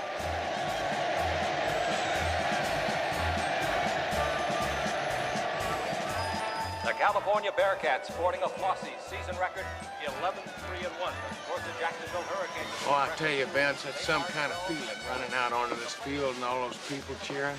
Just like old times. Houston, would you hold on to your ego and listen to me? I got men stationed all over this stadium. If Crusher doesn't show up, I'm gonna look pretty silly. Well, look at it this way, Vince. If my plan backfires and I get myself killed, I'm not gonna be around for you to say I told you so. The Crusher gets her pretty quick. Biggest damn game of the year. I need that Randy in there. Believe me, as soon as we get the Crusher, I'm gonna send Randy in. And if Houston gets killed, I'll send Randy. championship war. This great coach, Buck Shirley, through the years, has been the point of a lot of controversy, but one thing can be said for sure. He usually comes out on top in anything that he tries. And of course... Hello, Vince. You guys come up with anything yet? No, nothing yet. Hold on. What do you got? We just got a report that there's somebody on the roof. We're checking it out now. The championship game. The Hurricanes have the ball deep in their own territory. It'll be 1st and 10 from the 12-yard line. It's a spread formation. The quarterback drops back. Nobody to throw to. He swings wide to the left side, and the linebacker, number 55, comes up and drops him after a 5-yard gain. It'll be 2nd down and 5 at the 17-yard line. Pretty good blocking there, but perhaps a busted play. And at the outside, apparently at offside. No flag went down, and play Don't move, man. You'll only make it worse. No, I got a bulletproof vest on. Come on, let me up. Two-Mean circle around to the other side. Along the far sideline, what's that? There goes Randy Haynes and Two-Mean running down the side, and they're chasing the mascot.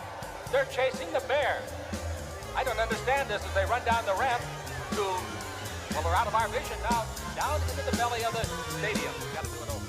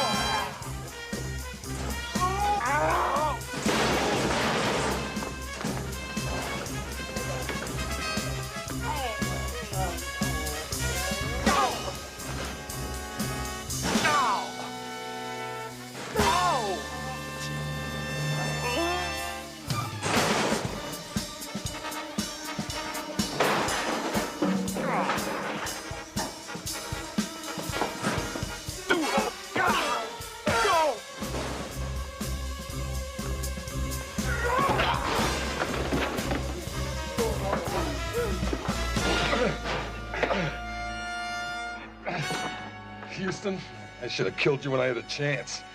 Been late for Monday morning quarterbacking, didn't it, Crusher? You better let him out of there. I believe he's got a football game to play. Right.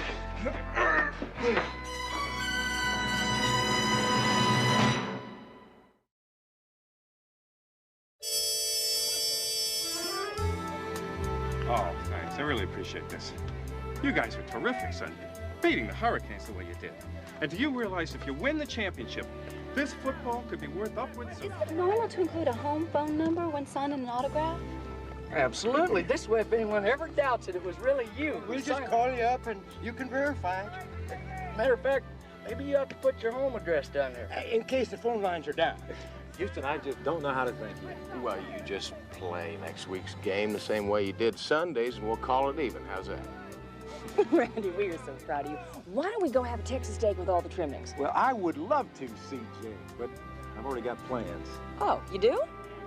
Well, you see, in the interest of Bearcat team unity, I'm going to sort of take the cheerleaders to dinner. I thought you were in training, Randy. Y'all don't worry about it, CJ. I'm sure the girls will give him a good workout.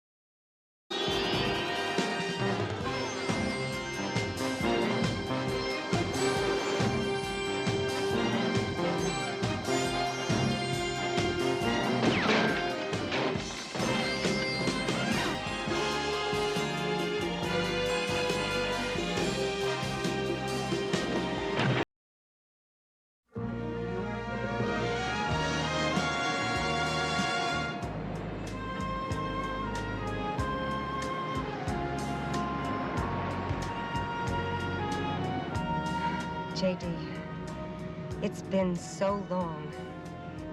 Maybe this is all a mistake, trying to make a comeback. Everything's gonna be just fine. Look,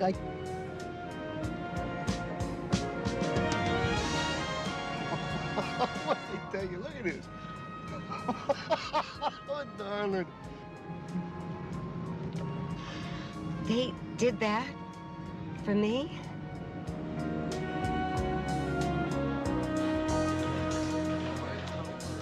All right, now, remember, this is just a rehearsal. Take it easy. Try the number.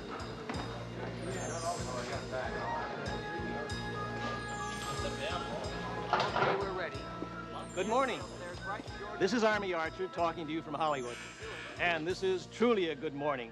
A morning when beautiful Ramona Landers is back where she belongs, in front of the cameras, for the first time in 12 years, making her new film. Well, we'll be talking to Ramona, and we'll also be talking to her co-star, handsome leading man Todd Gallagher, as well as to the film's financial backer, Mr. Miles Gantry, a most interesting man, a Rodeo Drive jeweler, who decided to make his movie business debut by backing this lavish production. And of course, to brilliant young producer-director, Mr. Bill Claudius, who's at the helm of this multi-million-dollar spectacular. Crying out loud, she's been in makeup for 3 hours. How long are we supposed to wait? Until the lady appears, not a moment longer. I don't understand you. Ramona Landers is a relic, a haunting ghost from the past. Casting the two of us as star-crossed lovers is bloody ludicrous. It's not too late, Todd. I'll be more than happy to close down production today and recast if you want out of your contract. We can announce it when the press conference starts, if you like.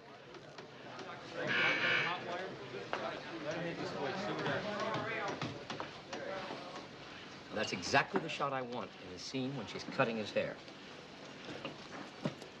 I never thought she was going to really come out of retirement. Still fretting over our leading lady, are we? Come along. The great lady approaches. Henry, you're still here after all these years. Well, actually, I retired a couple of years ago, Miss Landers. Ramona. When I heard that you were coming back today to start filming again, I called in all my debts so I could be here. That's the sweetest thing I ever heard. They don't make stars like you anymore. Not real movie stars.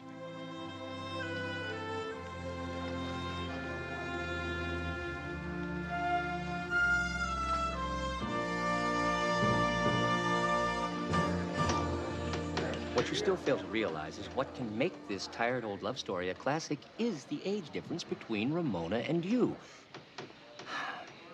It'll be like Bo Derek playing Rick in Casablanca.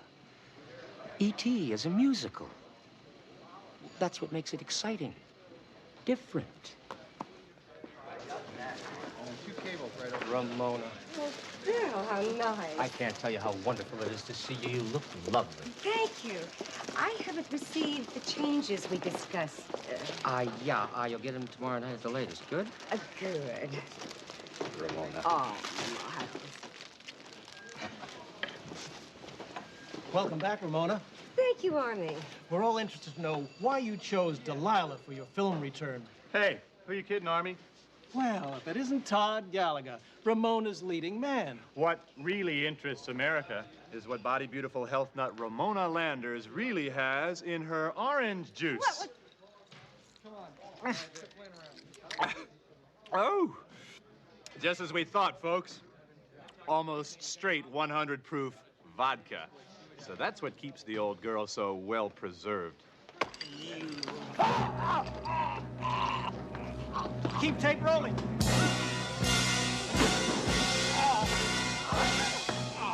Todd.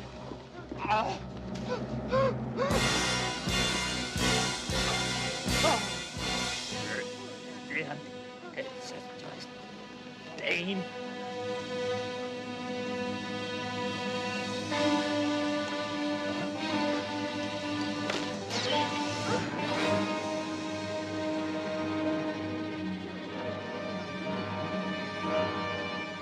He's dead. Oh, no.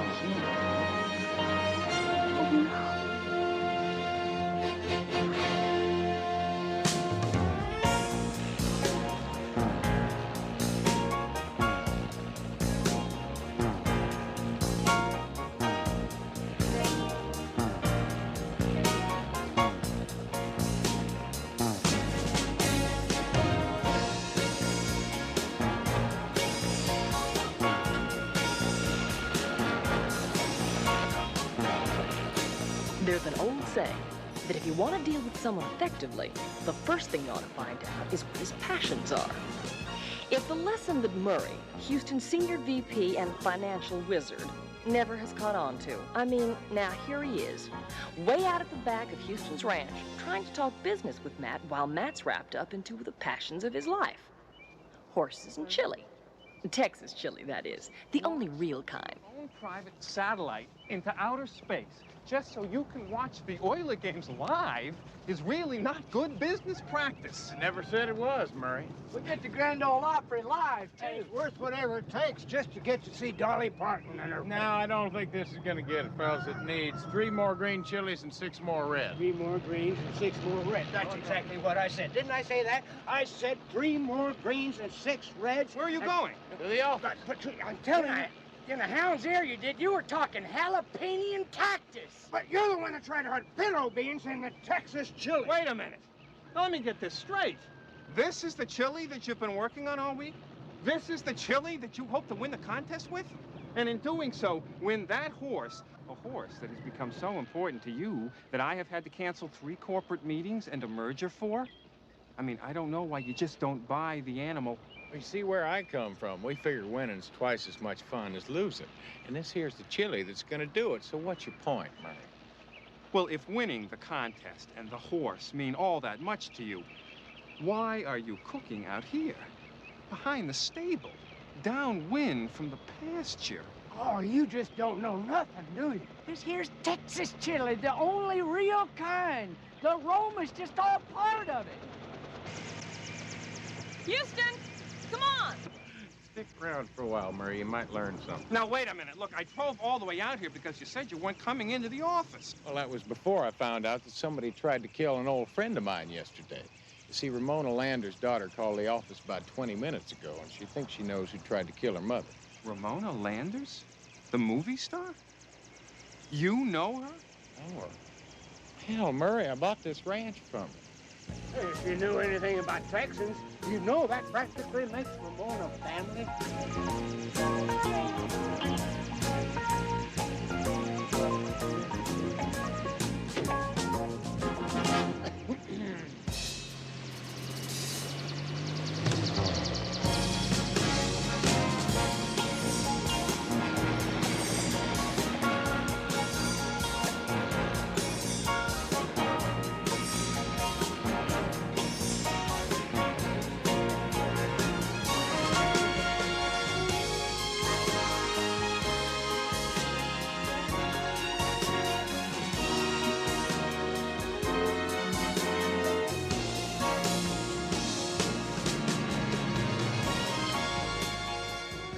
By now you should know that another one of Houston's passions, the only one that could pull him away from something as important as chili and horses, is helping friends.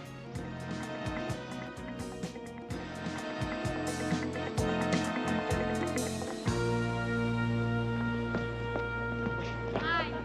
Look, Molly, you're all grown up. Oh, I don't know how to thank you. I didn't know who to turn to. I told you a long time ago, Molly, if you or your mom ever needed anything, all you had to do was call. I meant that. Now, CJ tells me you got an idea who tried to kill your mother. I do. It's my stepfather, J.D. Harris. He's trying to kill her just like he killed my father and twin brother 7 years ago. Now, that's pretty strong stuff. Have you got any proof? Well, my twin brother, Eric, who was killed with my father, he told me in a dream.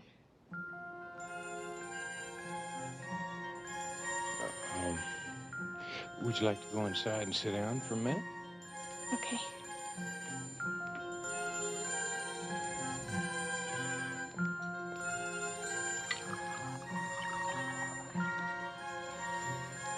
First, what you have to know is about my mom and dad. When I try to tell people how much they loved each other, they just kind of smile. I mean, my mom being a famous movie star and my father being an important director. Well, people think they know all about those Hollywood marriages. Now, listen. You don't have to explain anything about your mother's relationship with your dad. Everyone knows how devoted they were to each other. Then how could she have remarried just 2 months after he was killed in a plane crash? And especially to J.D. Harris. He was only a stuntman. And ever since they've been remarried, he's kept her away from making movies and all of her friends. What about the movie she's starting now? Well, that's just it. He couldn't talk her out of this one. And that's why he has to kill her. Because once she's back with her real friends, she'll see he's just been using her. She'll throw him out without a penny. Doesn't your stepfather own a chain of self-defense schools? Right, and every one of those schools my mother paid for. It's just like those books he had published. Nothing he does ever makes money. But Mom's made him her beneficiary. That's why he has to kill her. It's because he wants her money. That's what Eric says. Your dead brother. In the dream. Yes.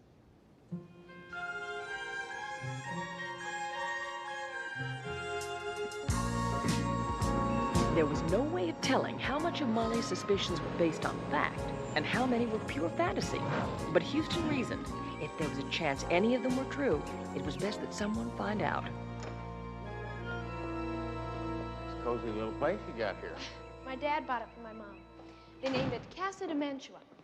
Mantua is the place where Romeo and Juliet were supposed to live.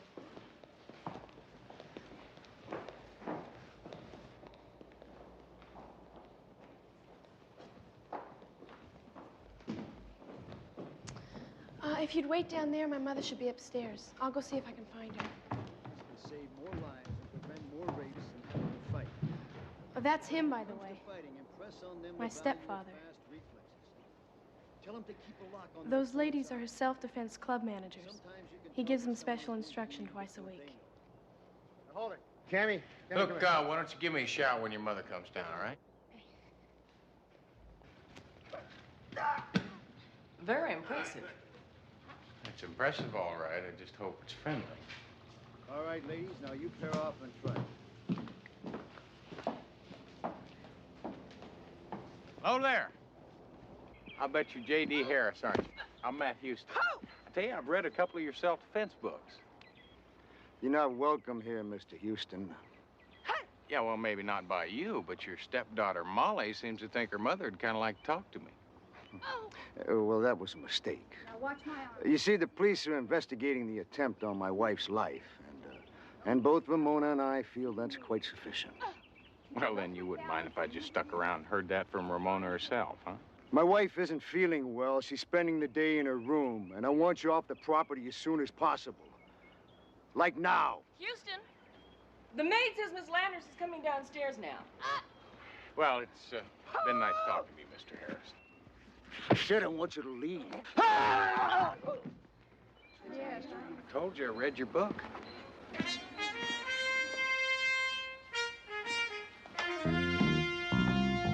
Houston, it's so lovely to see you again.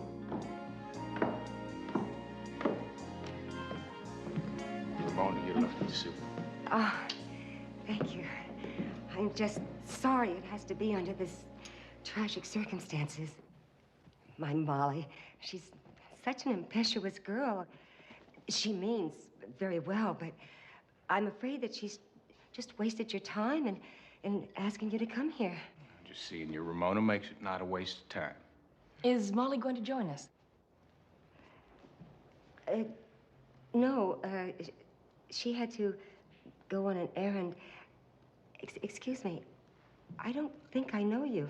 Oh, I'm sorry, this is C.J. Parsons. She's my top lawyer and a sort of all-around right-hand man. A woman. Girl. Girl.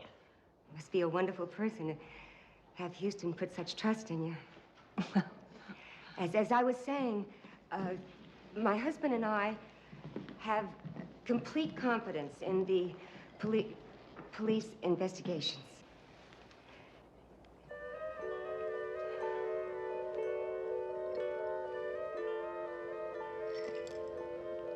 Mind if I had a sip of that?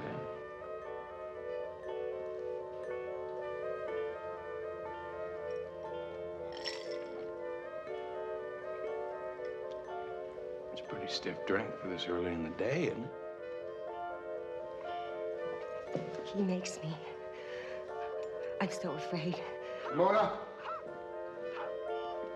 Oh, darling, there you are. Houston and I were just talking over old times. Very tired, darling. We were just talking. I think it's time for you to go up to your room. Now, come on. Surely you couldn't have any objections to a couple old friends just talking, could you? I am a little tired. The strain of the last few days. J.D. always knows what's best. I do thank you both for coming.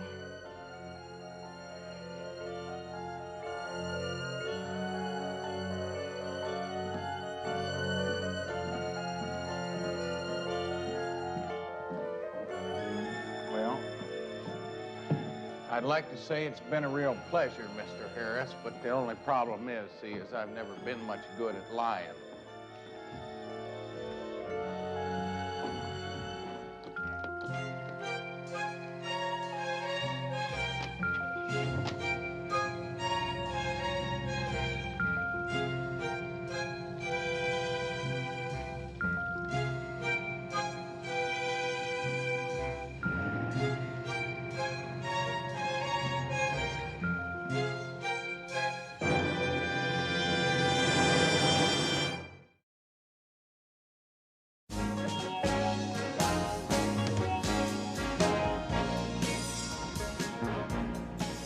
Now, Houston figured what was important was when that orange juice was poisoned.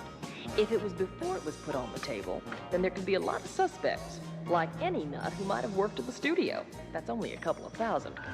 Now, on the other hand, if it was after, it would have had to have been somebody who could have gotten close enough to that table without looking suspicious. Meaning someone in the interview. Right. Your favorite Dr. Chuckles. J.D. Harris himself. Right, Ramona's husband. We both know what his motive could be, and according to Molly, that's money and lots of it. Bill Claudius, the, quote, boy wonder of directors, unquote. Miles Gantry owns a jewelry store on Rodeo Drive. Now, from what I could find out, he's completely financing Ramona's movie, some $5 million. What do you say we pay a little visit to Mr. Gantry, huh?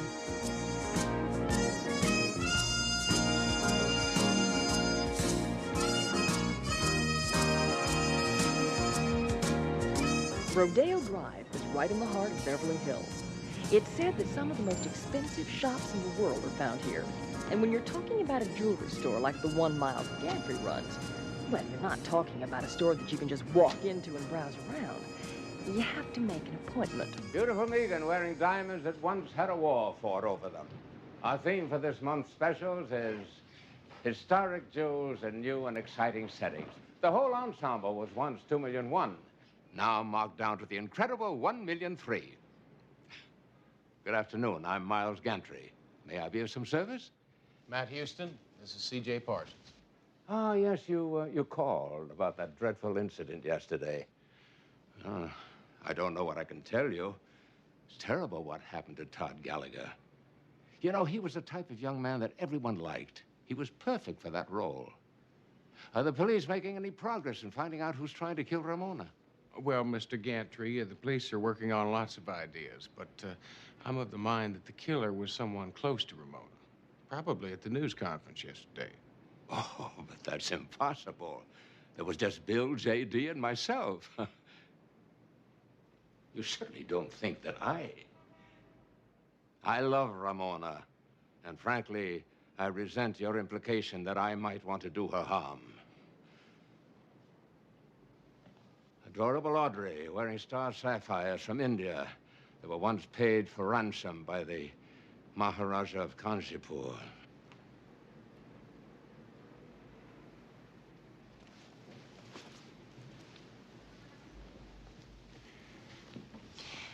Did you get the distinct feeling that Gantry is trying just a little too hard to sell us on how much he loves Ramona? Yeah, a lot too hard. Just wish I could figure out a way to find out exactly what that man's really thinking. CJ. Hello. Hello. Tell me, how are the Green Ducks? Never better. Green Duck? Just an inside joke. I met Rick at a party a couple of weeks ago. What party? The one you weren't invited to, Houston. The one where I met Rick. Well, what's he doing here? He works here, Houston. He's the assistant manager. Now, listen, if you really want to find out what Miles Gantry is thinking, why don't I find out what Rick is doing for dinner tonight? Yeah, Why don't you tell me about the Green Ducks? Houston, haven't you ever seen a green duck? No. Then I guess you'll never understand.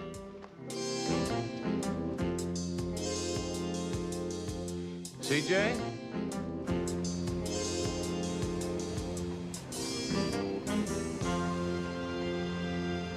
Listen, would you mind a whole hell of a lot if we just got back to the original question? Now, do you know anybody who'd want to poison Ramona? Like I told the police lieutenant, I haven't the faintest. I'm sorry. I really have to run. Wait, police lieutenant? Yeah, Italian fellow. Sort of a cross between Sly Stallone and Bobby De Niro. Name of, Novelli. That's it. The last time I saw him, he was headed for the Western Street. Thanks a lot. Let's try a walk. Houston, what are you doing here? I'll tell you something, Vince. Apparently the same thing you're doing. Trying to find out who tried to kill Ramona Landers. She's a close friend of mine. Why don't you go keep her company for a couple hours? Any special reason? Yeah, because that's how long it's going to take me to get my warrant. I got a witness that saw her husband put something in her orange juice. Something besides vodka? Better believe it. Something white, powdery, like maybe poison. Save it for the cab. Cable's right over here.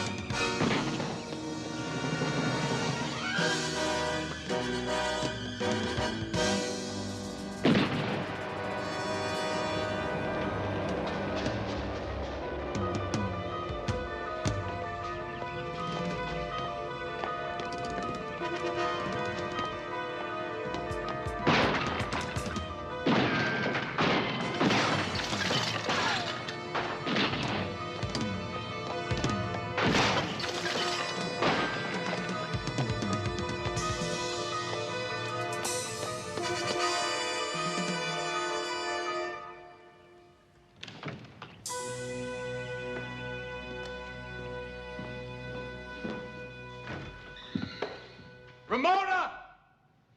Marley!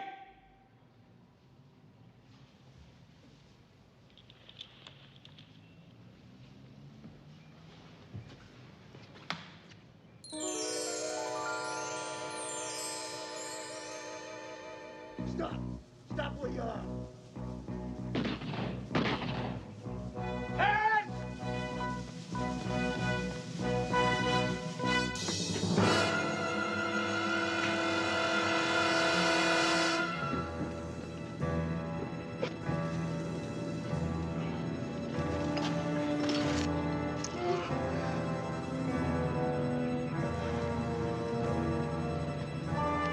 Get an ambulance. It's your husband. Get an ambulance.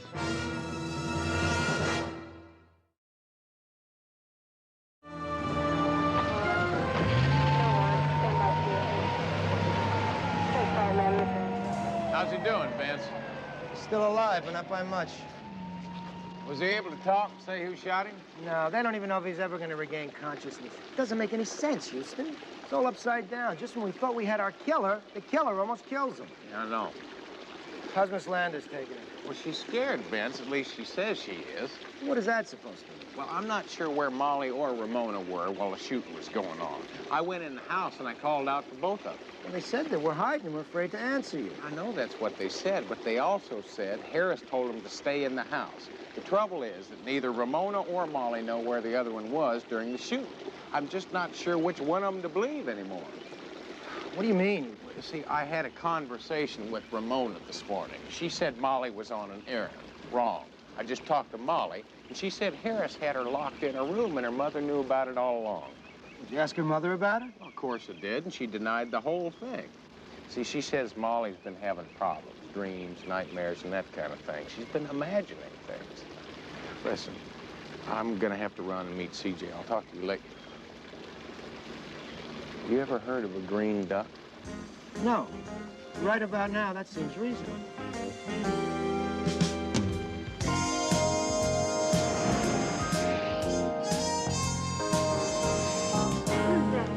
Taste buds of a lizard in heat.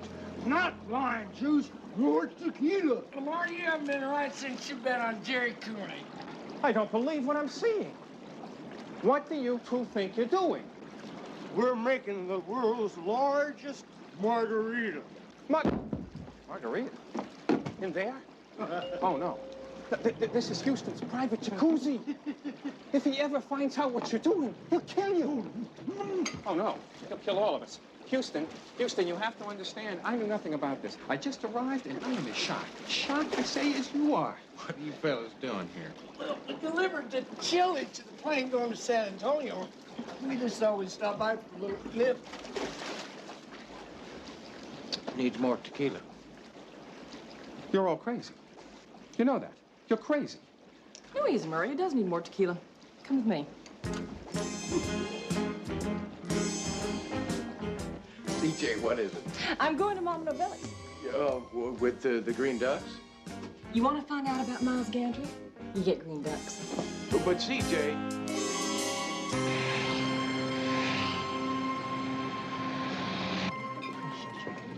By the way, you're doing a wonderful job because Judas, are you enjoying yourself? Are you? And how's Miles doing? I'm so glad for you. By the way, you look so good. Oh, here it is. Good. Oh, I'm sorry. I'm really sorry. Oh, Can I bring you some more spaghetti? Dear. I don't need spaghetti. How about some fish? I don't like fish. Well, Can I buy now you dessert? don't argue. CJ, excuse me. I understand. Not to worry. Everything is just fine. Dear, well. CJ. Houston? I should have known it was you. What'd you find out? Well, first of all, Miles Gantry lied to us. He hates Todd Gallagher as an actor as well as a human being. Why'd you put him in his movie? Because Bill Claudius wanted me in it. In fact, he insisted upon it. Now, I want you to fasten your seatbelt when I tell you this last piece of information. Have anything to do with green ducks? Houston, forget the green ducks. Now, according to my dinner partner, Gantry expects the movie to be a total disaster. Thinks Ramona is over the hill and thinks you might as well just strike a match and burn up the whole $5 million. Why would a man sink $5 million into a movie when he knows it's going to be a bomb? Listen, I gotta make phone calls.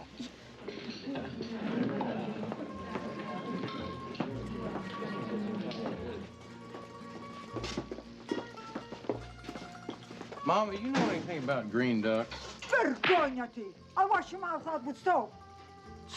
You ought to be ashamed of yourself. Why? What do you want to know about green ducks? Well, it's because of CJ. Oh, my CJ's a good girl. She should know from green ducks. And don't you tell her, eh? CJ was...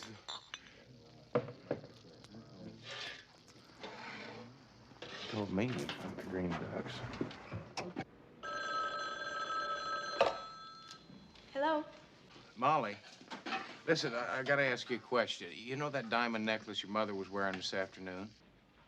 Was that real or was it a copy made for security purposes? Oh, definitely real. Mom doesn't like fake jewelry. She says only the real ones have any life. That's what I thought. I'll talk to you later.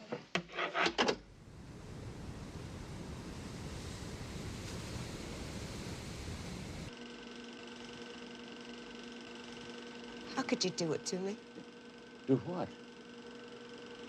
There's no need for a charade. I know all about the jewels. I know you've taken them from me. We are alone in the house. I arranged it that way to make it easier for you. I don't know what you're talking about. Oh, come on, Miles. Who else could have done it? You have my jewels every year for cleaning.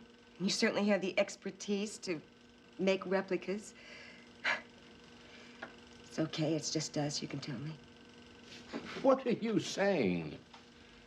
As an old friend, I wanted to make it easier for you to do what you've been trying to do for the past few days. Kill me. Oh, Ramona, Can't you see it doesn't matter? I have nothing to live for. A husband who doesn't love me anymore, my youth gone, my wealth gone. I'm sure you had good reason for stealing from me. Oh, Ramona, for God's sake, stop it. I never tried to kill you. Yes, I took your jewelry, but murder. Well, I don't guess we can make the murder rap stick, but we can settle for grand theft. Where I come from, $20 million worth of jewelry is very grand.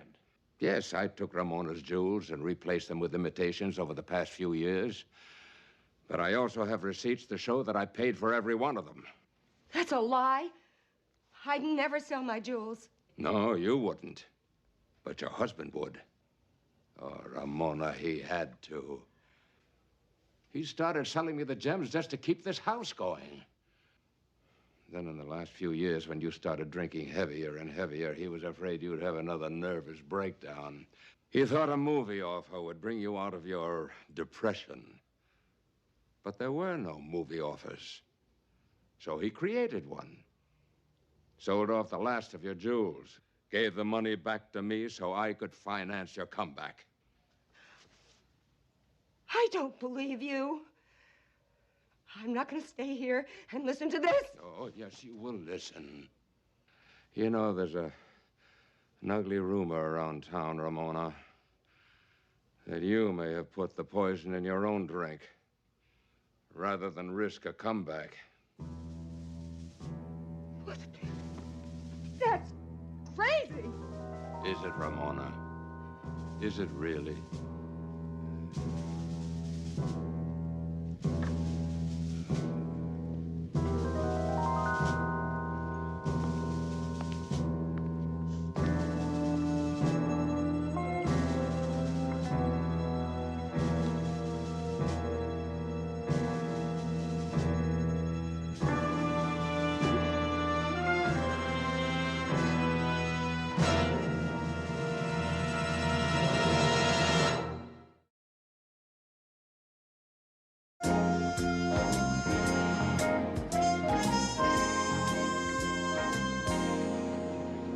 Houston, it is 6 a.m. You have been soaking all night, and we're not getting any closer. I know it, CJ. That's because this is Hollywood. You see, nothing's real in Hollywood. It's all fake. The diamonds were fake. Gantry was fake. This whole town is based on illusions. It's not what you see, but what you think you see. Just illusions. Wait a minute. Illusion. CJ, maybe that's what this whole thing is about. CJ, let me ask you a question. Who's dead? I am. Houston, if my brain is ever gonna work again. No, CJ, I'll tell you who's dead, and that's Todd Gallagher. You put up that interview tape we were looking at before. If I'm not mistaken, he said something just before he died.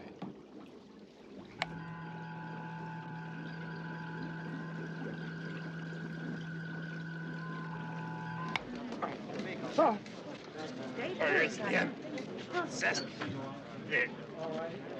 Incestuous murderous damn dame. Must be talking about Ramona. No, he didn't say dame as in woman. He said Dane as in Denmark. Oh, that sure clears it up. CJ just might have it that. If Todd Gallagher was the intended victim, CJ, I want you to get all the history you can on Todd Gallagher. He may have just told us who his killer was.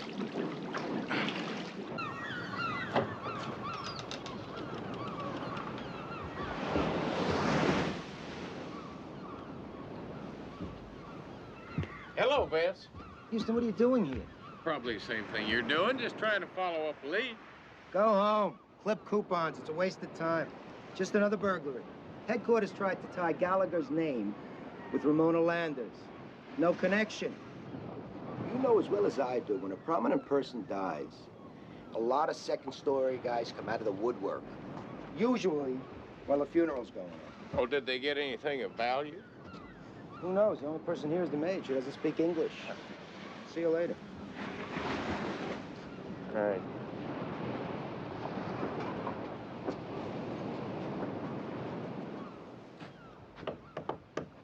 Buenos dias. Me llamo Matt Houston. habla usted inglés? Se habla usted anything?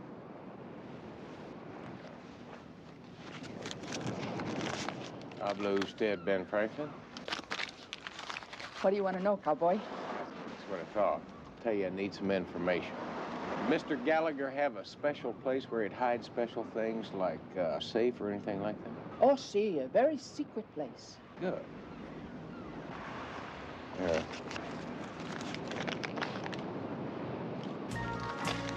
Sígame. Aquí. Underneath the arches. Super.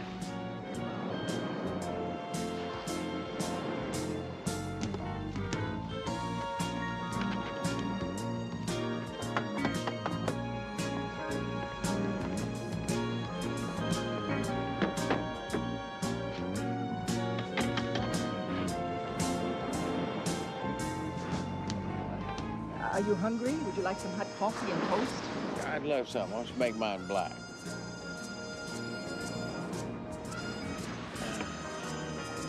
Know something? You're turning out to be a very expensive date, senor. Señorita. No comprende.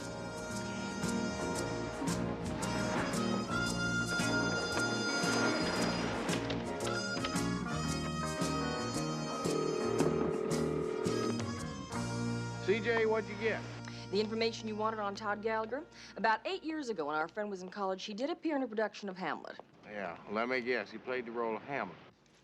Houston, if you knew all this, why did I bother? See, that's what I'm getting to. See, at the end of the play, the king poisons Hamlet. He's also killed his father. And he marries his mother, then he kills her off, too. They talk about violence on television. Anyway, he attacks the king, saying, incestuous, murderous, damn dame. Oh, terrific. Now all we have to do is find out who the king is. I think we just have.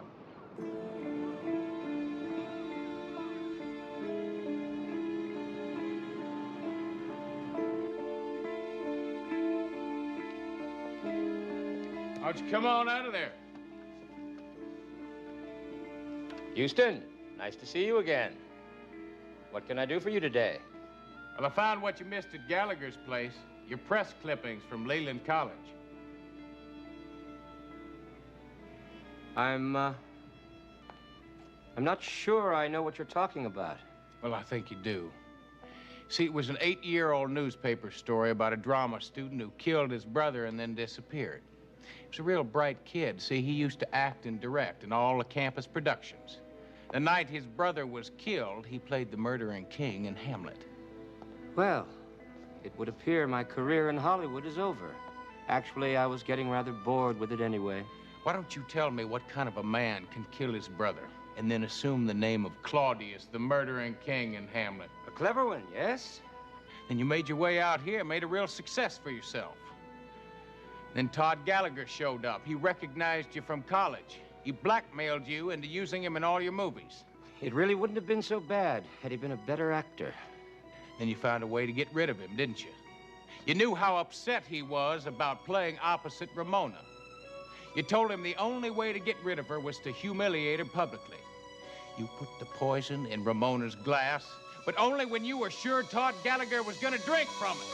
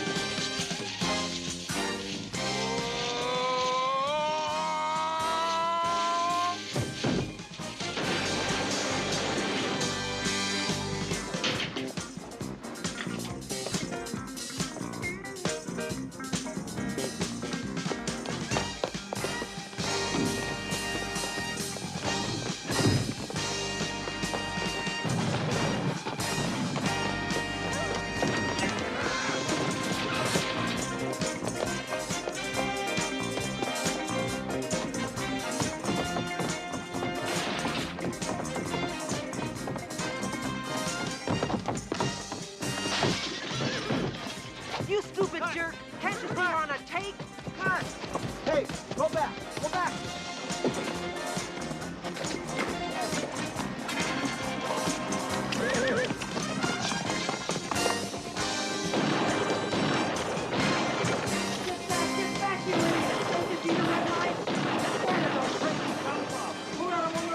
Real! None of it's real!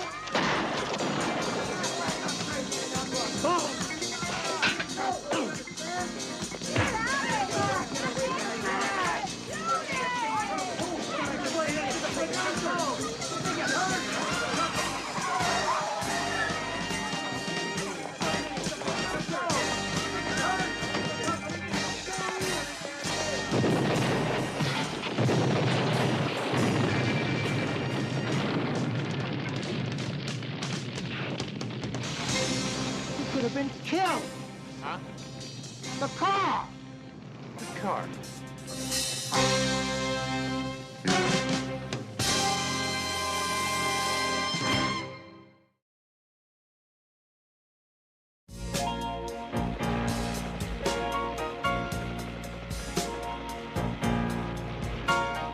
About a week after Houston almost exploded himself into movie history, J.D. Harris was released from the hospital.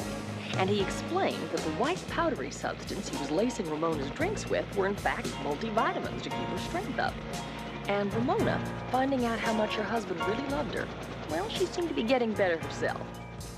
But the news that has Houston all excited today is that he found out he won the chili contest. And his prize horse was already here. Oh yeah, the bad news. I'm afraid that's what Bo and Lamar are about to spring on him. My horse. He's here. He's in there, isn't he? Well, yeah, but, But what?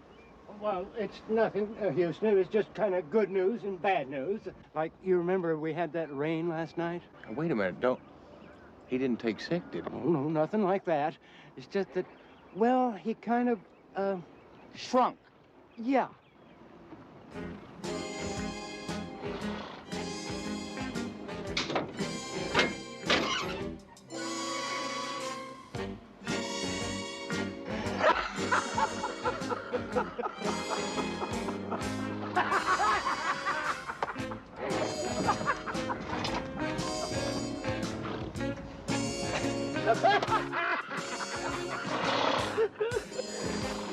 You. Yeah. Is he housebroke? Well, he causes no problem yet. Good.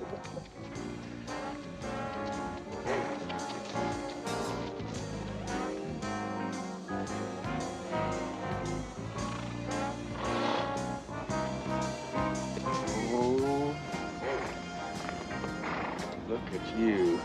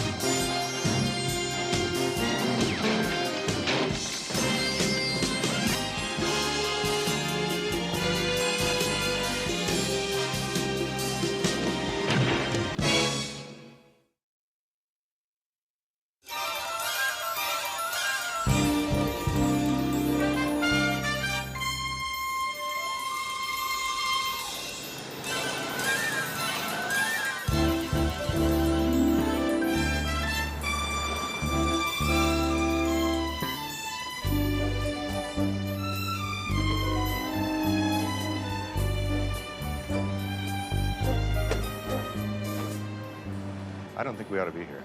Oh, come on, Sam. I've waited 7 years for this. I intend to savor every second of it.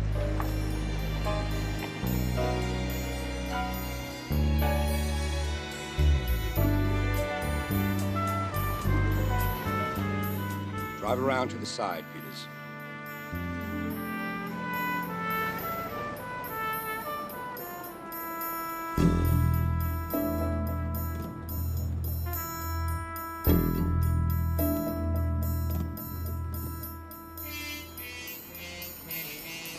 Why all the secrecy, Goody?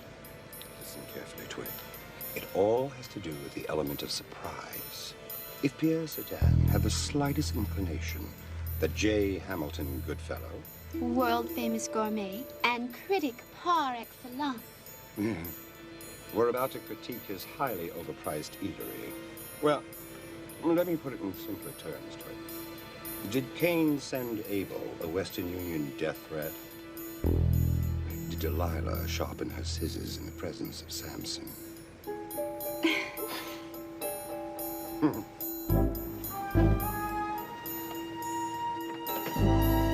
Never mind, Peters. Quietly.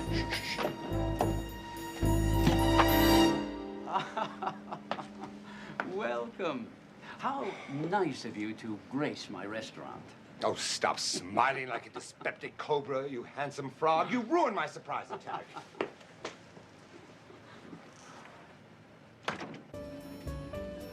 By the way, have you seen my junior partner? He was supposed to meet me in the alley. Being great. Oh, succulent. Oh, provocative. Ambrosia. I thought you'd like to see this advance copy. It shows Mr. Marsden presenting you with our Restaurant of the Year award. Wonderful. Oh, come on, Pierre, get the lad out, will you? I mean, kindly show me to my table, post-haste. Of course, please. Wonderful. Oh, Pierre, you are a devil. Your food is the death of me yet. Your crepes, your soufflés, your canard l'orange. I must have them all tonight. A gastronomical orgy. Now, what in heaven's name is that monstrosity? Don't you know? You sent it. Me? Ridiculous. It looks like something left over from a scrap iron convention. It's supposed to be a gelatin mold, according to the young man who delivered it. And they said it was for you. For me? A gelatin mold the size of Mount Rushmore for me. What am I supposed to do with it? Feed the Mormon Tabernacle Choir? Well, let's have a look.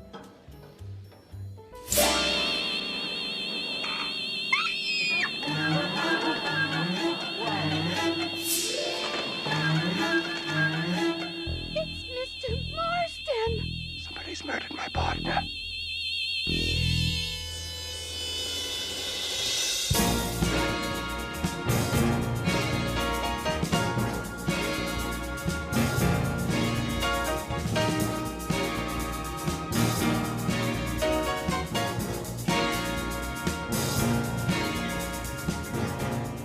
Now, this phone is supposed to be for emergencies only. Now, listen, I have complete trust in you.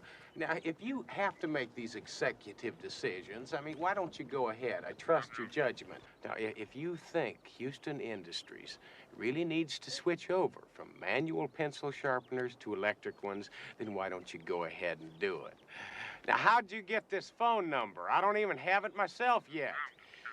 Murray, I told you 1,000 times there's no business out here at the ranch. Goodbye. Now, I'm real sorry, Kelly. What was it you were saying? Don't. Repeat, don't lock down the throttle. No, I won't. No, I'll nip the throttle. Okay, Houston. How about a little bet? Maybe just a little 10 spot? Well, of course, unless you don't want to race a girl. Lamar, that's a pretty chauvinistic remark. Houston, why put your money where your chauvinistic is? Unless you're afraid. You're on to the house. $10. Then let's go. All right. On your mark. Get set. Hey, you can't! Houston, you come back here and start right! Houston, you lost the throttle!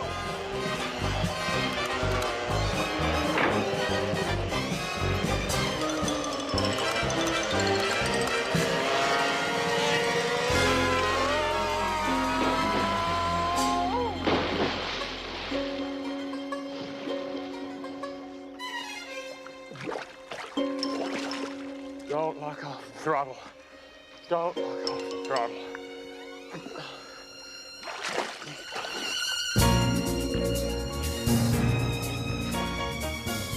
If there was anything Houston hated more than getting his boots wet, it was the news that his friend Prince Polanski, the famous restaurateur, had been arrested for the gelatin mold murder of Roger Marsden.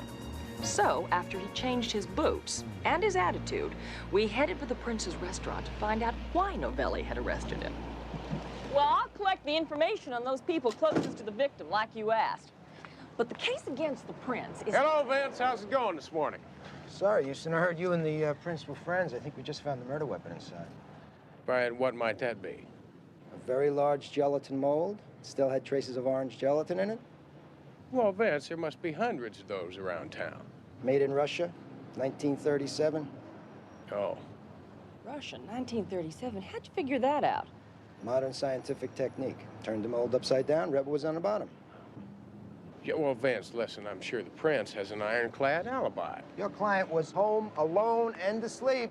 Well, in that case, his alibi is liable to end up in the Guinness Book of Records as the weakest one since Benedict Arnold flunked his polygraph. Yeah, Vince, I mean, the man's a widower. You want to see him at the White House, tap dancing at a press conference? Houston, you better scoot your boots or it's going to be arraignment time. Oh, that's right. Listen, would you give C.J. a lift back to the office? C.J., warm up, baby, and get started on the information. I'll take care of His Highness. That's American justice, eh?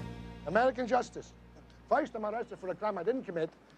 Second, I gotta put a fourth mortgage on my restaurant so I can pay you back for the bail that I have to put up for that. And on top of that, me, a prince of royalty, I have to put up bail while the legitimate criminals with our list down to here, they go out free on their own recognizance, whatever it is. Listen, Prince, now you got to explain to me a little more about this gelatin mold that Novelli found in your restaurant. I mean, that's pretty incriminating stuff. What's the matter with you? I'm a world-class restaurateur. I, Prince Sergei Peter Ilyich Polensky. I am not running a cafeteria. I never used such a mold, and I would never use orange gelatin. Yeah, well, listen, somebody used it, Prince. Didn't they stuck it in your kitchen? Now, have you got any idea who'd want to frame you? Of course, the murderers. Wait a minute. Do you know why the judge made that bail so high? He was afraid I was going to run back to Russia. Come on, Prince. You know who you're talking to here. This is little Matlock, you know? I mean, the kid you used to let lick the cake bowls when you were making the cake. The kid you used to tell stories to, you know? The kid you taught the importance of being free. You know, I owe all that to your father. You know, when I came to this country, I was nothing but a Russian peasant with a dream of a Statue of Liberty in a void called freedom. But your father, he sponsored me for my American citizenship. I'll never forget that, never. Yeah, well, he did say of all his investments, you were his biggest dividend. It's a fancy way of saying I was the family cook, huh? Yeah. Listen, Prince, now, we got to get back to this thing because it's really bothering me. Now, do you have any idea of anybody who'd want to see you take the fall for Marsden's death? Any restaurateur in town. They always looking to knock off the champ, right? And I'm the champ. I was the champ till they ruined me. Yeah, well, they, meaning Marsden and his partner, J. Hamilton Goodfellow. Who else? Yeah, well, listen, the police told me that you threatened to kill both of them. And they deserved it. They ruined me. For what? They don't know the difference between a plate of borscht and a banana.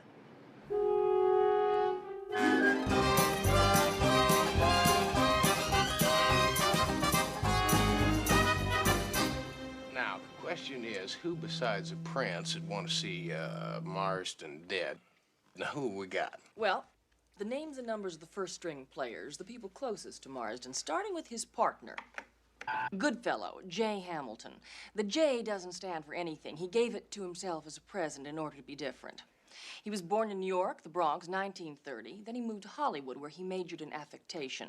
He could have minored in murder also. You see, partners have a way of falling out. You bet. Now, that's Terry Anton, Goodfellow's constant companion, and maybe a little more. Nice hors d'oeuvre.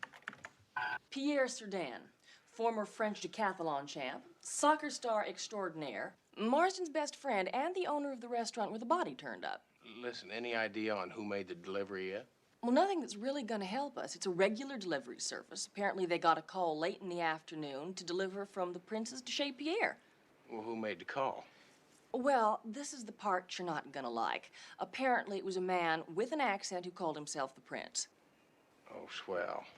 Who's next? Kate Riley. She's the producer-director of Marsden and Goodfellows television show. Most importantly, she's Marsden's ex-wife. Ex-wife as in bitter divorce? As in cat and dog fight. From what I could find out, this divorce gives a new meaning to the word nasty. Well, that's a good reason for murder. Now, this is Kate's brother, Sam, who is very loyal, very protective, and according to his past record, very dangerous. Well, you got a lot of candidates. Where do you want to start? Well, I think we ought to start with Mr. Goodfellow, Jay Hamilton. Listen, CJ, keep digging and see what you can come up with on Marsden's will. I'd like to know exactly how that man decided to slice up the pie, you know what I mean? With any luck, a la mode.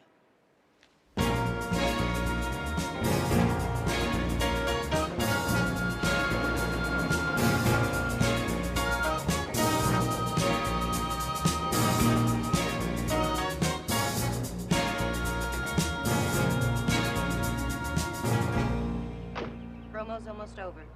All right, stand by. 5, 4, 3, 2, 1. Ladies and gentlemen, I hadn't planned to say what I'm about to say. This is strictly impromptu. In closing, during this first show without my dear friend and partner, Roger Marsden, leaves me feeling like a chocolate without the mousse, crepe without Suzette, Vichy without the Soise. It's lonely here without Roger. We shall do our best to carry on in the high standards you set for all of us. Until we meet in that great restaurant in the sky, good night and bon appetit. Roger. And cut. That's a wrap. We're in the wrong location, boys. Don't you touch that, you cretin. Can't you see I'm famished? I'm going to finish every last tender morsel. Maybe you should come back later. Mr. Goodfellow hates to be disturbed while he's eating. It has to do with the, digestive juices or something. Well, I wouldn't worry about it too much, miss. I don't think there's much I could say to him that's going to put him off his feed. Excuse me. I have to finish typing Goody's newspaper column. Right, listen, could I ask you a question? All right. Okay, is it Roger Marsden and yourself? Now, how did you two get along? My typing. I really have to get back to it. Yeah, but... Oh, Miss Riley. Miss Riley, excuse me. My name's Matt Houston. Of course it is. Bernie, get the lead out. We've got a flower show to cover. Listen, I wondered if I might ask you a couple questions about your late husband and how he died. Not soon enough, that's how. Should have happened years ago. Excuse me, please. But I really did, Kate's busy. She hasn't time for you now. Listen, partner, maybe your owner ought to tell you about the new leash law. Now, why don't you take your hand off my shoulder?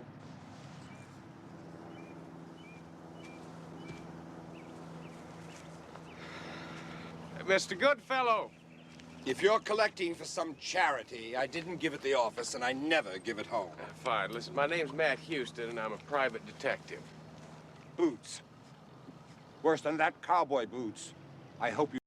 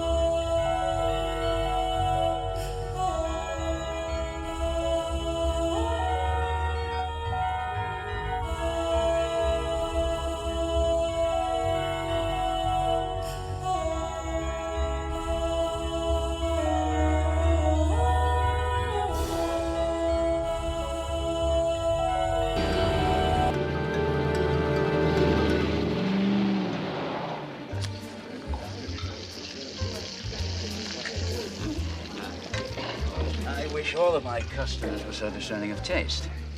And so beautiful. Thank you, Pierre. Well, listen, Pierre, I hate to interrupt business with pleasure, but I need to ask you a couple questions. Now, have you got any idea why you inherited the corpse? None whatsoever. That kind of publicity I don't need. Well, look, any idea who killed Roger Marsden? The mystery, if indeed there is one, doesn't seem to be so deep. From what I've read and heard. Yeah, I see. So you're nominating the prince, huh? Oh, no. I don't want to knock Polanski. He's a competitor. He was a competitor. This business runs in cycles. The prince had his day in the sun. Today it's my turn. Tomorrow, who knows? I owe my current success to the late Mr. Marsden and his partner, Mr. Goodfellow. Our rave reviews placed Chez Pierre where it is today. The night Roger Marsden was found dead in here, you had a couple of customers. It was Kate Riley and her brother. Now, have they ever eaten in here before? In the 4 years we've been open? Never before. I see. Well, that brings me to another question. Now, if you... It certainly does. Why is this the wrong year? I ordered a 62. Please excuse me. But,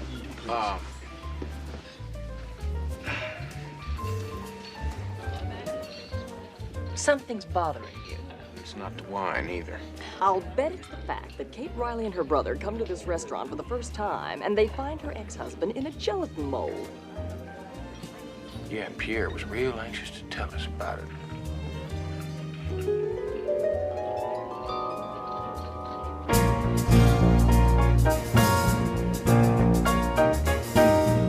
Now, I suggest you first start with the kiwi tarts. Marvelous. Then go to the apricot tarts. Then try the orange cake. Graduate to the chocolate cake. Go to the berries and that wonderful pyramid of puffs. And then lime cake. And then, oh, look at that number over there. As a matter of fact, you can have anything you want. Have anything on the table, except the candles, of course. Murray, what in the name of Too Tall Jones is going on here? It's him. The man who came to dinner really came. See for yourself. Oh, hello, Sundance. Welcome. Come right in. Make yourself at home. Is this Mrs. Sundance? No, they call me Butch. That's because my mom addresses me so funny. Excuse me, Mr. Goodfellow. This might be a silly question, but what the hell's going on here? Well, it must be perfectly obvious. You now have J. Hamilton Goodfellow as your own personal guest. Well, how'd they get so all-fired lucky? Elementary, my dear Sundance. After all, you did promise me protection after my birthday cake went that-a-way, remember? Yes, I do. I do remember something about protection. Houston probably means police protection. That's right. Put you in a very interesting cell where nobody can get to you. What, you got rocks in your head or something? Me in a cell? What, are you crazy? Oh, I don't think it'll be all that bad, Mr. Goodfellow. I would soon starve to death. I would starve to death. Never mind. Never mind. I'll just walk out of here with no protection. I'll get out on the streets and make it simple for Prince Polanski, whom you got out of jail, to kill me. Please don't feel any guilt when you attend my funeral.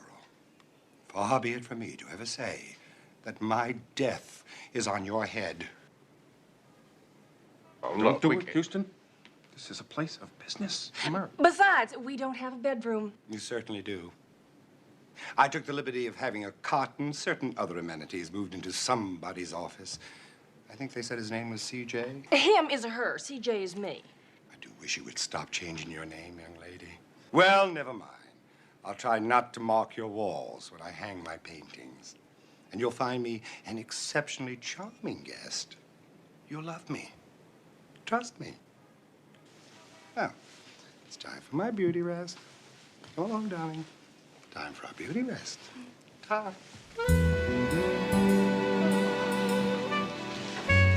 Grab the strawberry one.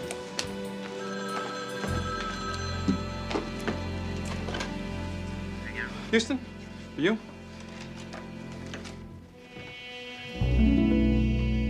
Mrs. Houston, where are you? Will you stay put until I get there, all right? Where's the prince? He wants to see me alone.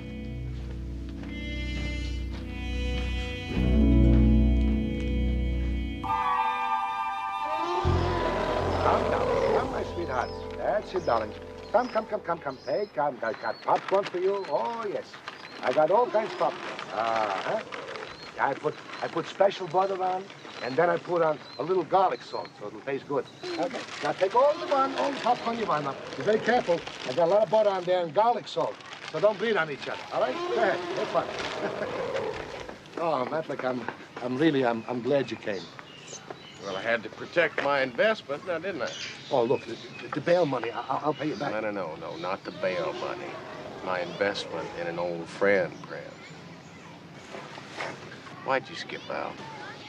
Well, it's obvious, no? That Commissar Novelli, he's got an ironclad case against me, huh? Yeah, now it's very ironclad. I mean, with that stupid cake bet, not to mention the card. I just thought maybe I'd smoke him out, you know? Well, what was the cake supposed to do? Blow him out? Look, I didn't know what I was doing. Anyway, what's the difference? I mean, you were there, a great detective like you knew what to do right away. And besides, there was no danger, no? Danger? No danger? You didn't see that shed go up. Now, Novelli is going to consider this attempted murder. Oh, no. Look, not like I was just trying to help, that's all. That's fine, Prince. Now, would you do me a favor? Just tell me why you went after Goodfellow. I mean, do you really think he killed Marston? I don't know what I think. I'm confused. I'm scared. I'm scared, Matt. You and me have been friends for an awful long time, you know? Now, you got to trust me a little bit now. We'll get this thing worked out. Now, you got to give me 1 hour with Novelli so I can sell him on the truth. Now, you meet us at Mama Novelli's restaurant, all right? Huh?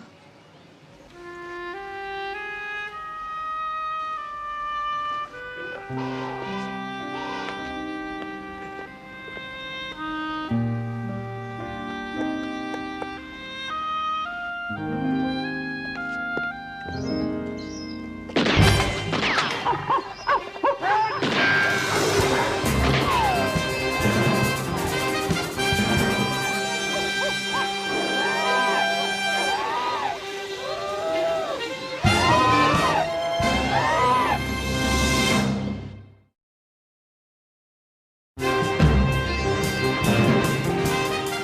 If it wasn't him shooting at you, who was it?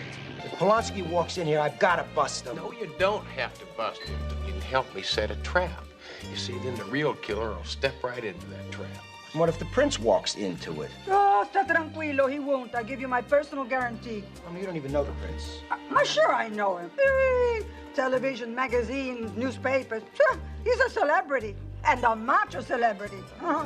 Vince, listen, whoever walks into the trap, he's all yours. Is that fair enough? I don't know. No, of course you don't know. See, that's the whole point. That's why we have to exhaust every possibility we've got. Yeah, well, there is some new evidence I got to ask him about. Go ahead and ask.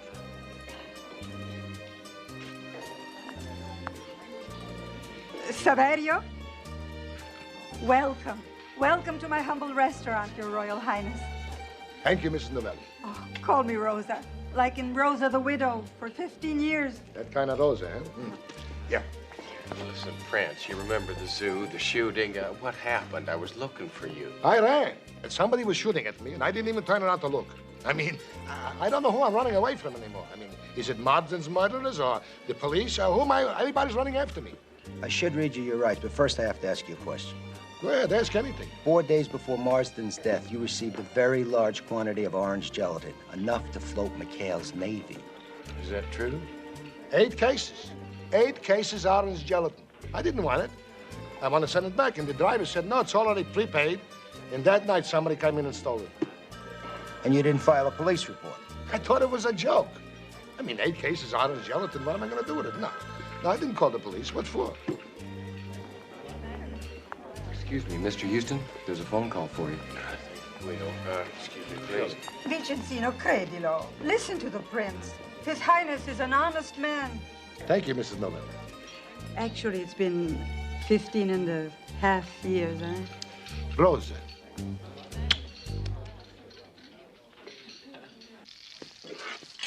Houston. Hello, CJ. Double indemnity? You got it. They may have been divorced, but Kate Riley stands to get $400,000 from Marston's insurance. And maybe it's about time I catch up to that busy lady, huh? Come on, ladies, keep up the pace. We've only got 3 miles to go. Keep your knees up. I hope he's honking for me. Let's go, let's burn off some calories. Miss Riley!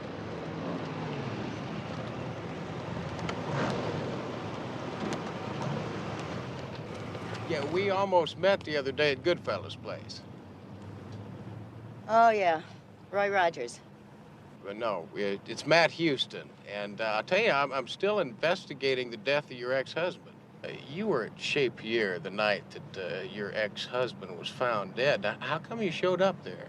When I got home, there was a message on my answering service. It was from Roger. He said if I met him at Chez Pierre that night, he would give me all my back alimony. Did you believe him? But I figured, what did I have to lose? Did you kill him, Kate? Roger Marsden committed suicide. That no-good scum made so many enemies. Somebody had to kill him. Did I kill him? No. But there were times I sure would have liked to.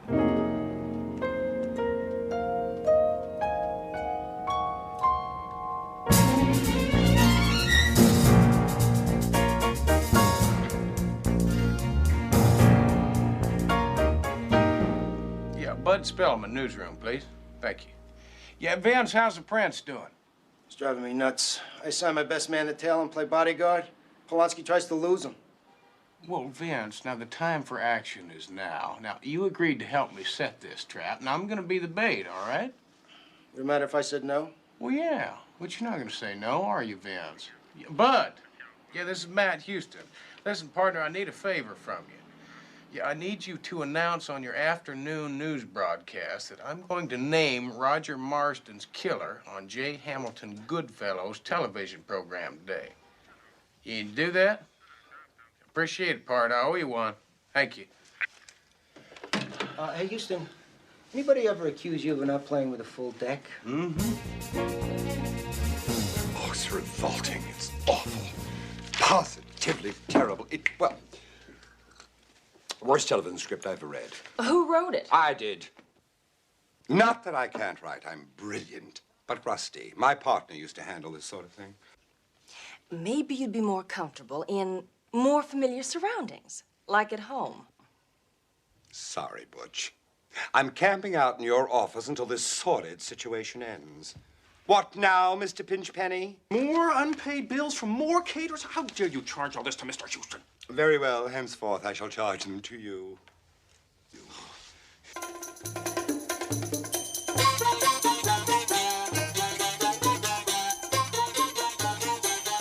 My petal. Oh, yes, a big tip for you. Here you go, Pinchpenny. I don't believe it. Now, hush. This is my favorite tune.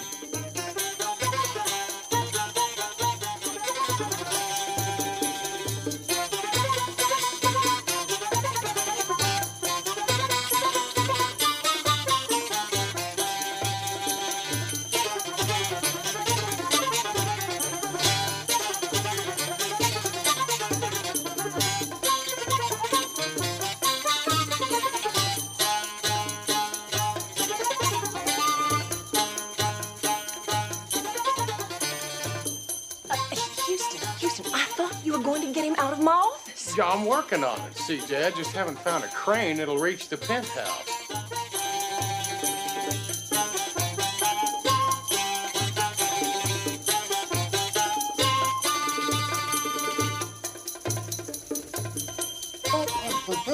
Come along, Sundance. Grab a belly dancer and join me. Listen, no, I really don't have time for that, but I tell you what, I would like to talk to you about your television show. Don't tell me you write scripts, too. If so, I'm in dire need of your services. Well, not really, but I tell you, I do have an idea. Now, it's a slightly different format, but I think you'll enjoy it. If I'm right, it's going to catch us a killer.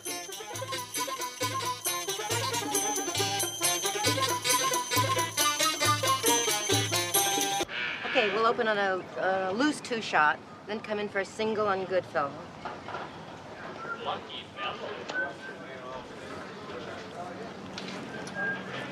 Matlock, You sure you know who the killer is? Well, let's just say I'm hoping that he or she is going to tip his or her hand. You know, Matlock, sometimes you talk funnier than I do.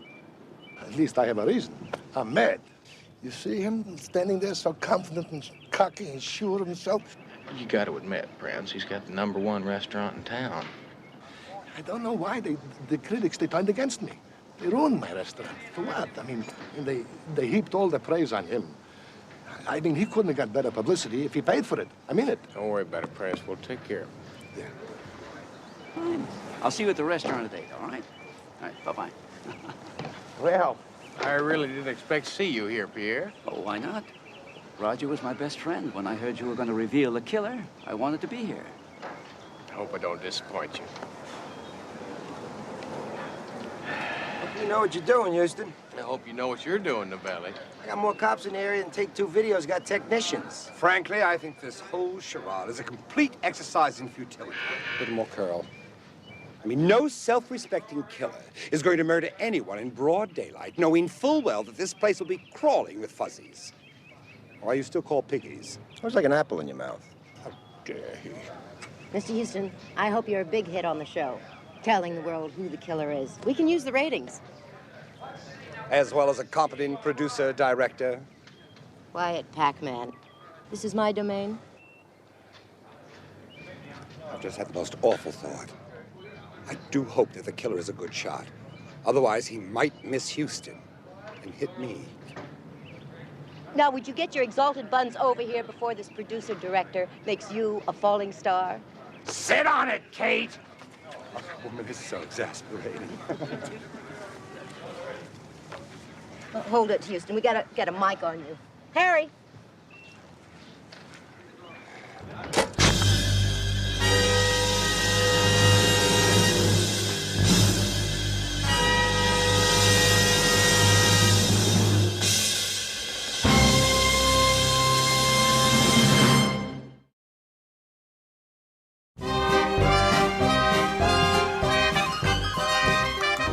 Houston's plan to be the bait worked all right. Unfortunately, a knife showed up, but the fish didn't. So it was back to the drawing board, only we didn't have one.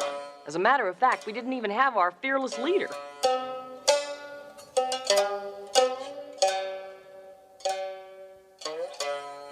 Oh, these are terrible. Positively revolting. Thank you, my sweetness. Tell that alleged photographer that this food layout is supposed to make my readers salivate, not regurgitate. Burn them, my darling. If somebody doesn't do something about him, he is going to fly the London Symphony in here for high tea. Murray, I've done all I can do. Asking him to leave is like telling Sylvester Stallone not to make Rocky IV. Houston, where have you been? We have been looking everywhere for you. Well, I've been down to City Hall following up a hunch. Yeah, oh, listen, I think I know who the killer is. You know who killed Marsden? Well, I think so, but now all I have to do is prove it. But anyway, CJ, I'll explain all that at the first annual Matt Houston Crime Busters picnic.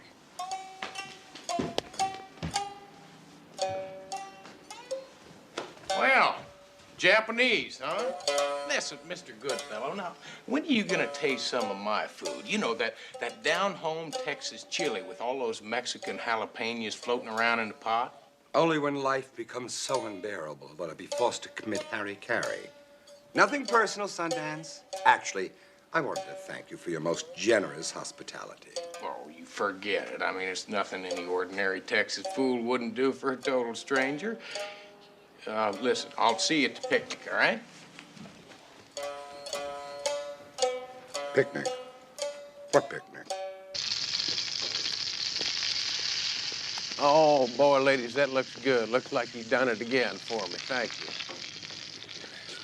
Excuse me, ladies and gentlemen. I'm going to hold up on dinner for just a few minutes because I figured we'd all enjoy the food a lot more when we find out who killed Roger Marsden. Then you know the killer's identity. Yeah, well, I tell you, I figured we'd just sort of kick back and examine the facts, cover a little ground, and see what we come up with. Now, that brings us to #1, the good Prince Polanski, who our lieutenant, Lieutenant Novelli, has arrested for Marsden's murder. Now, the lieutenant and I have this problem. See, we really don't think that the Prince did it, because I'll tell you something very honestly. If you're gonna kill somebody, you don't threaten them publicly. No, sir, you don't. And that brings us to number 2, which happens to be Kate and Sam Riley. Now, they're both very good suspects with very good motives, but we can rule them out also. Airtight alibis. Yeah, that's right, airtight alibi. You see, you were both present the night that Roger Marston's body was unveiled in the restaurant. But we did discover that you'd just flown in from Detroit 2 hours earlier, so you really didn't have a chance to kill the man. And that brings us to number 3. And that's the lovely Terry Ant. And you love your employer very much, don't you? We're engaged. That's right. And it gives you a very good motive for murder, doesn't it?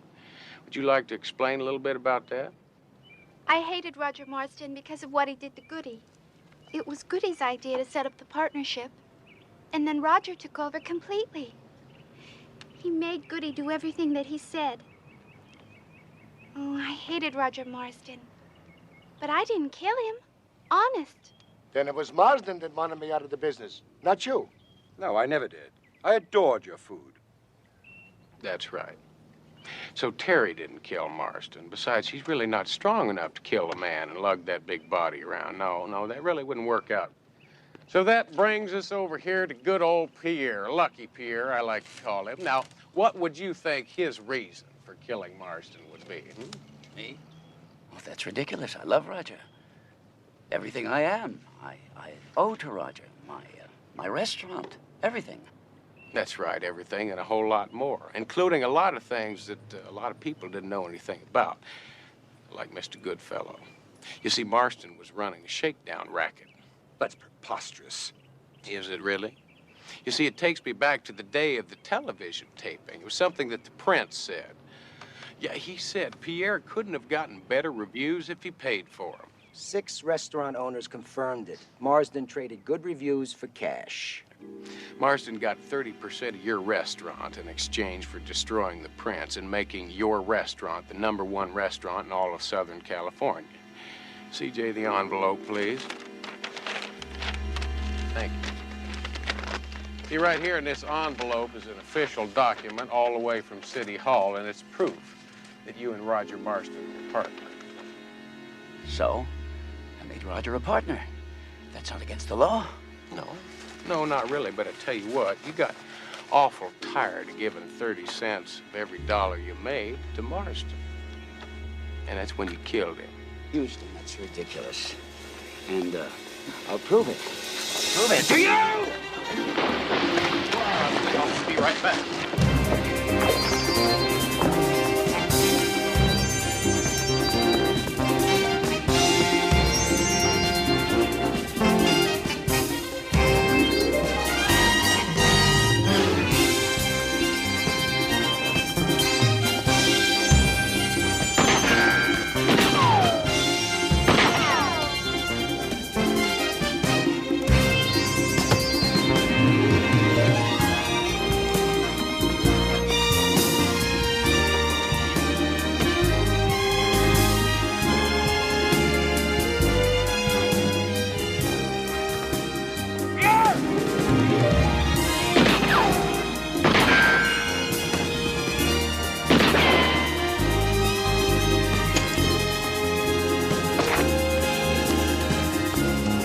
Do it, Bo. I'm warning you. If Houston should happen to catch Relax, you... Lamar. I done told you, Houston.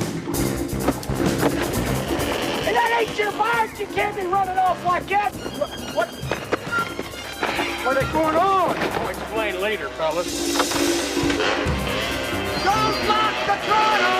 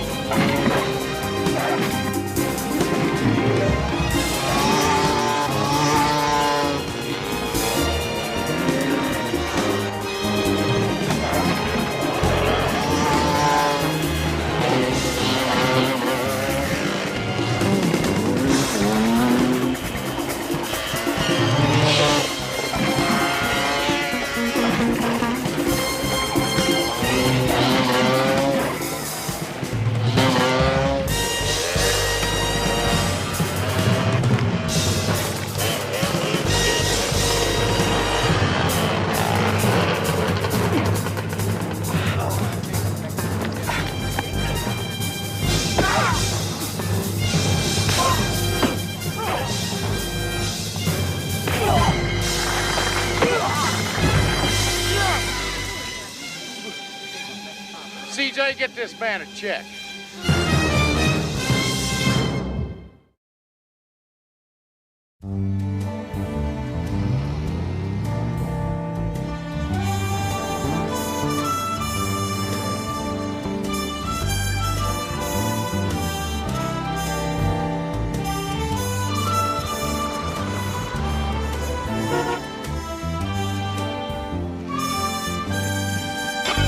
Yeah! That's 3,612 to 3,606. Over here, boys. This tournament's still got 4 months to go. Well, I'll be. I thought a little refreshment might be nice on a hot, dusty day. Yeah, CJ, what is it? What is what? Well, now, I know you didn't drive all the way out here just to play Mrs. Santa Claus. Now, you got something on your mind. Why don't you tell me what it is? Well, as a matter of fact, Houston, now that you mention it, there is something digging at me. You knew deep down that the prince was innocent all along. How come? Well, I'll tell you, CJ, it's really quite simple now. Ever since I've been knee-high to a grasshopper, the prince has meant a whole lot to me and my family. Not only was he Daddy's favorite cook, he taught me a very important lesson in life, and that's the cowboy code. The cowboy code? Is that anything like the Dallas Cowboys? Wash your mouth out, girl. Don't you know nothing? Oh, that just goes to show how ignorant a college graduate can get. Save me, Houston. What is the cowboy code? Well, CJ, I think the prince found it in an old Western movie because, you see, that's what he thought America was all about at that point in time. It goes something like this. Never shoot first, never hit a smaller man, and never take an unfair advantage. And never go back on your word. Be kind to kids, elders, and animals. And don't harbor no religious nor racial intolerance. That's right. And most important of all, cowboy is a patriot. That's kind of nice. I like it. So that's how you knew the prince wasn't guilty. Well, that and the fact that he never could make gelatin.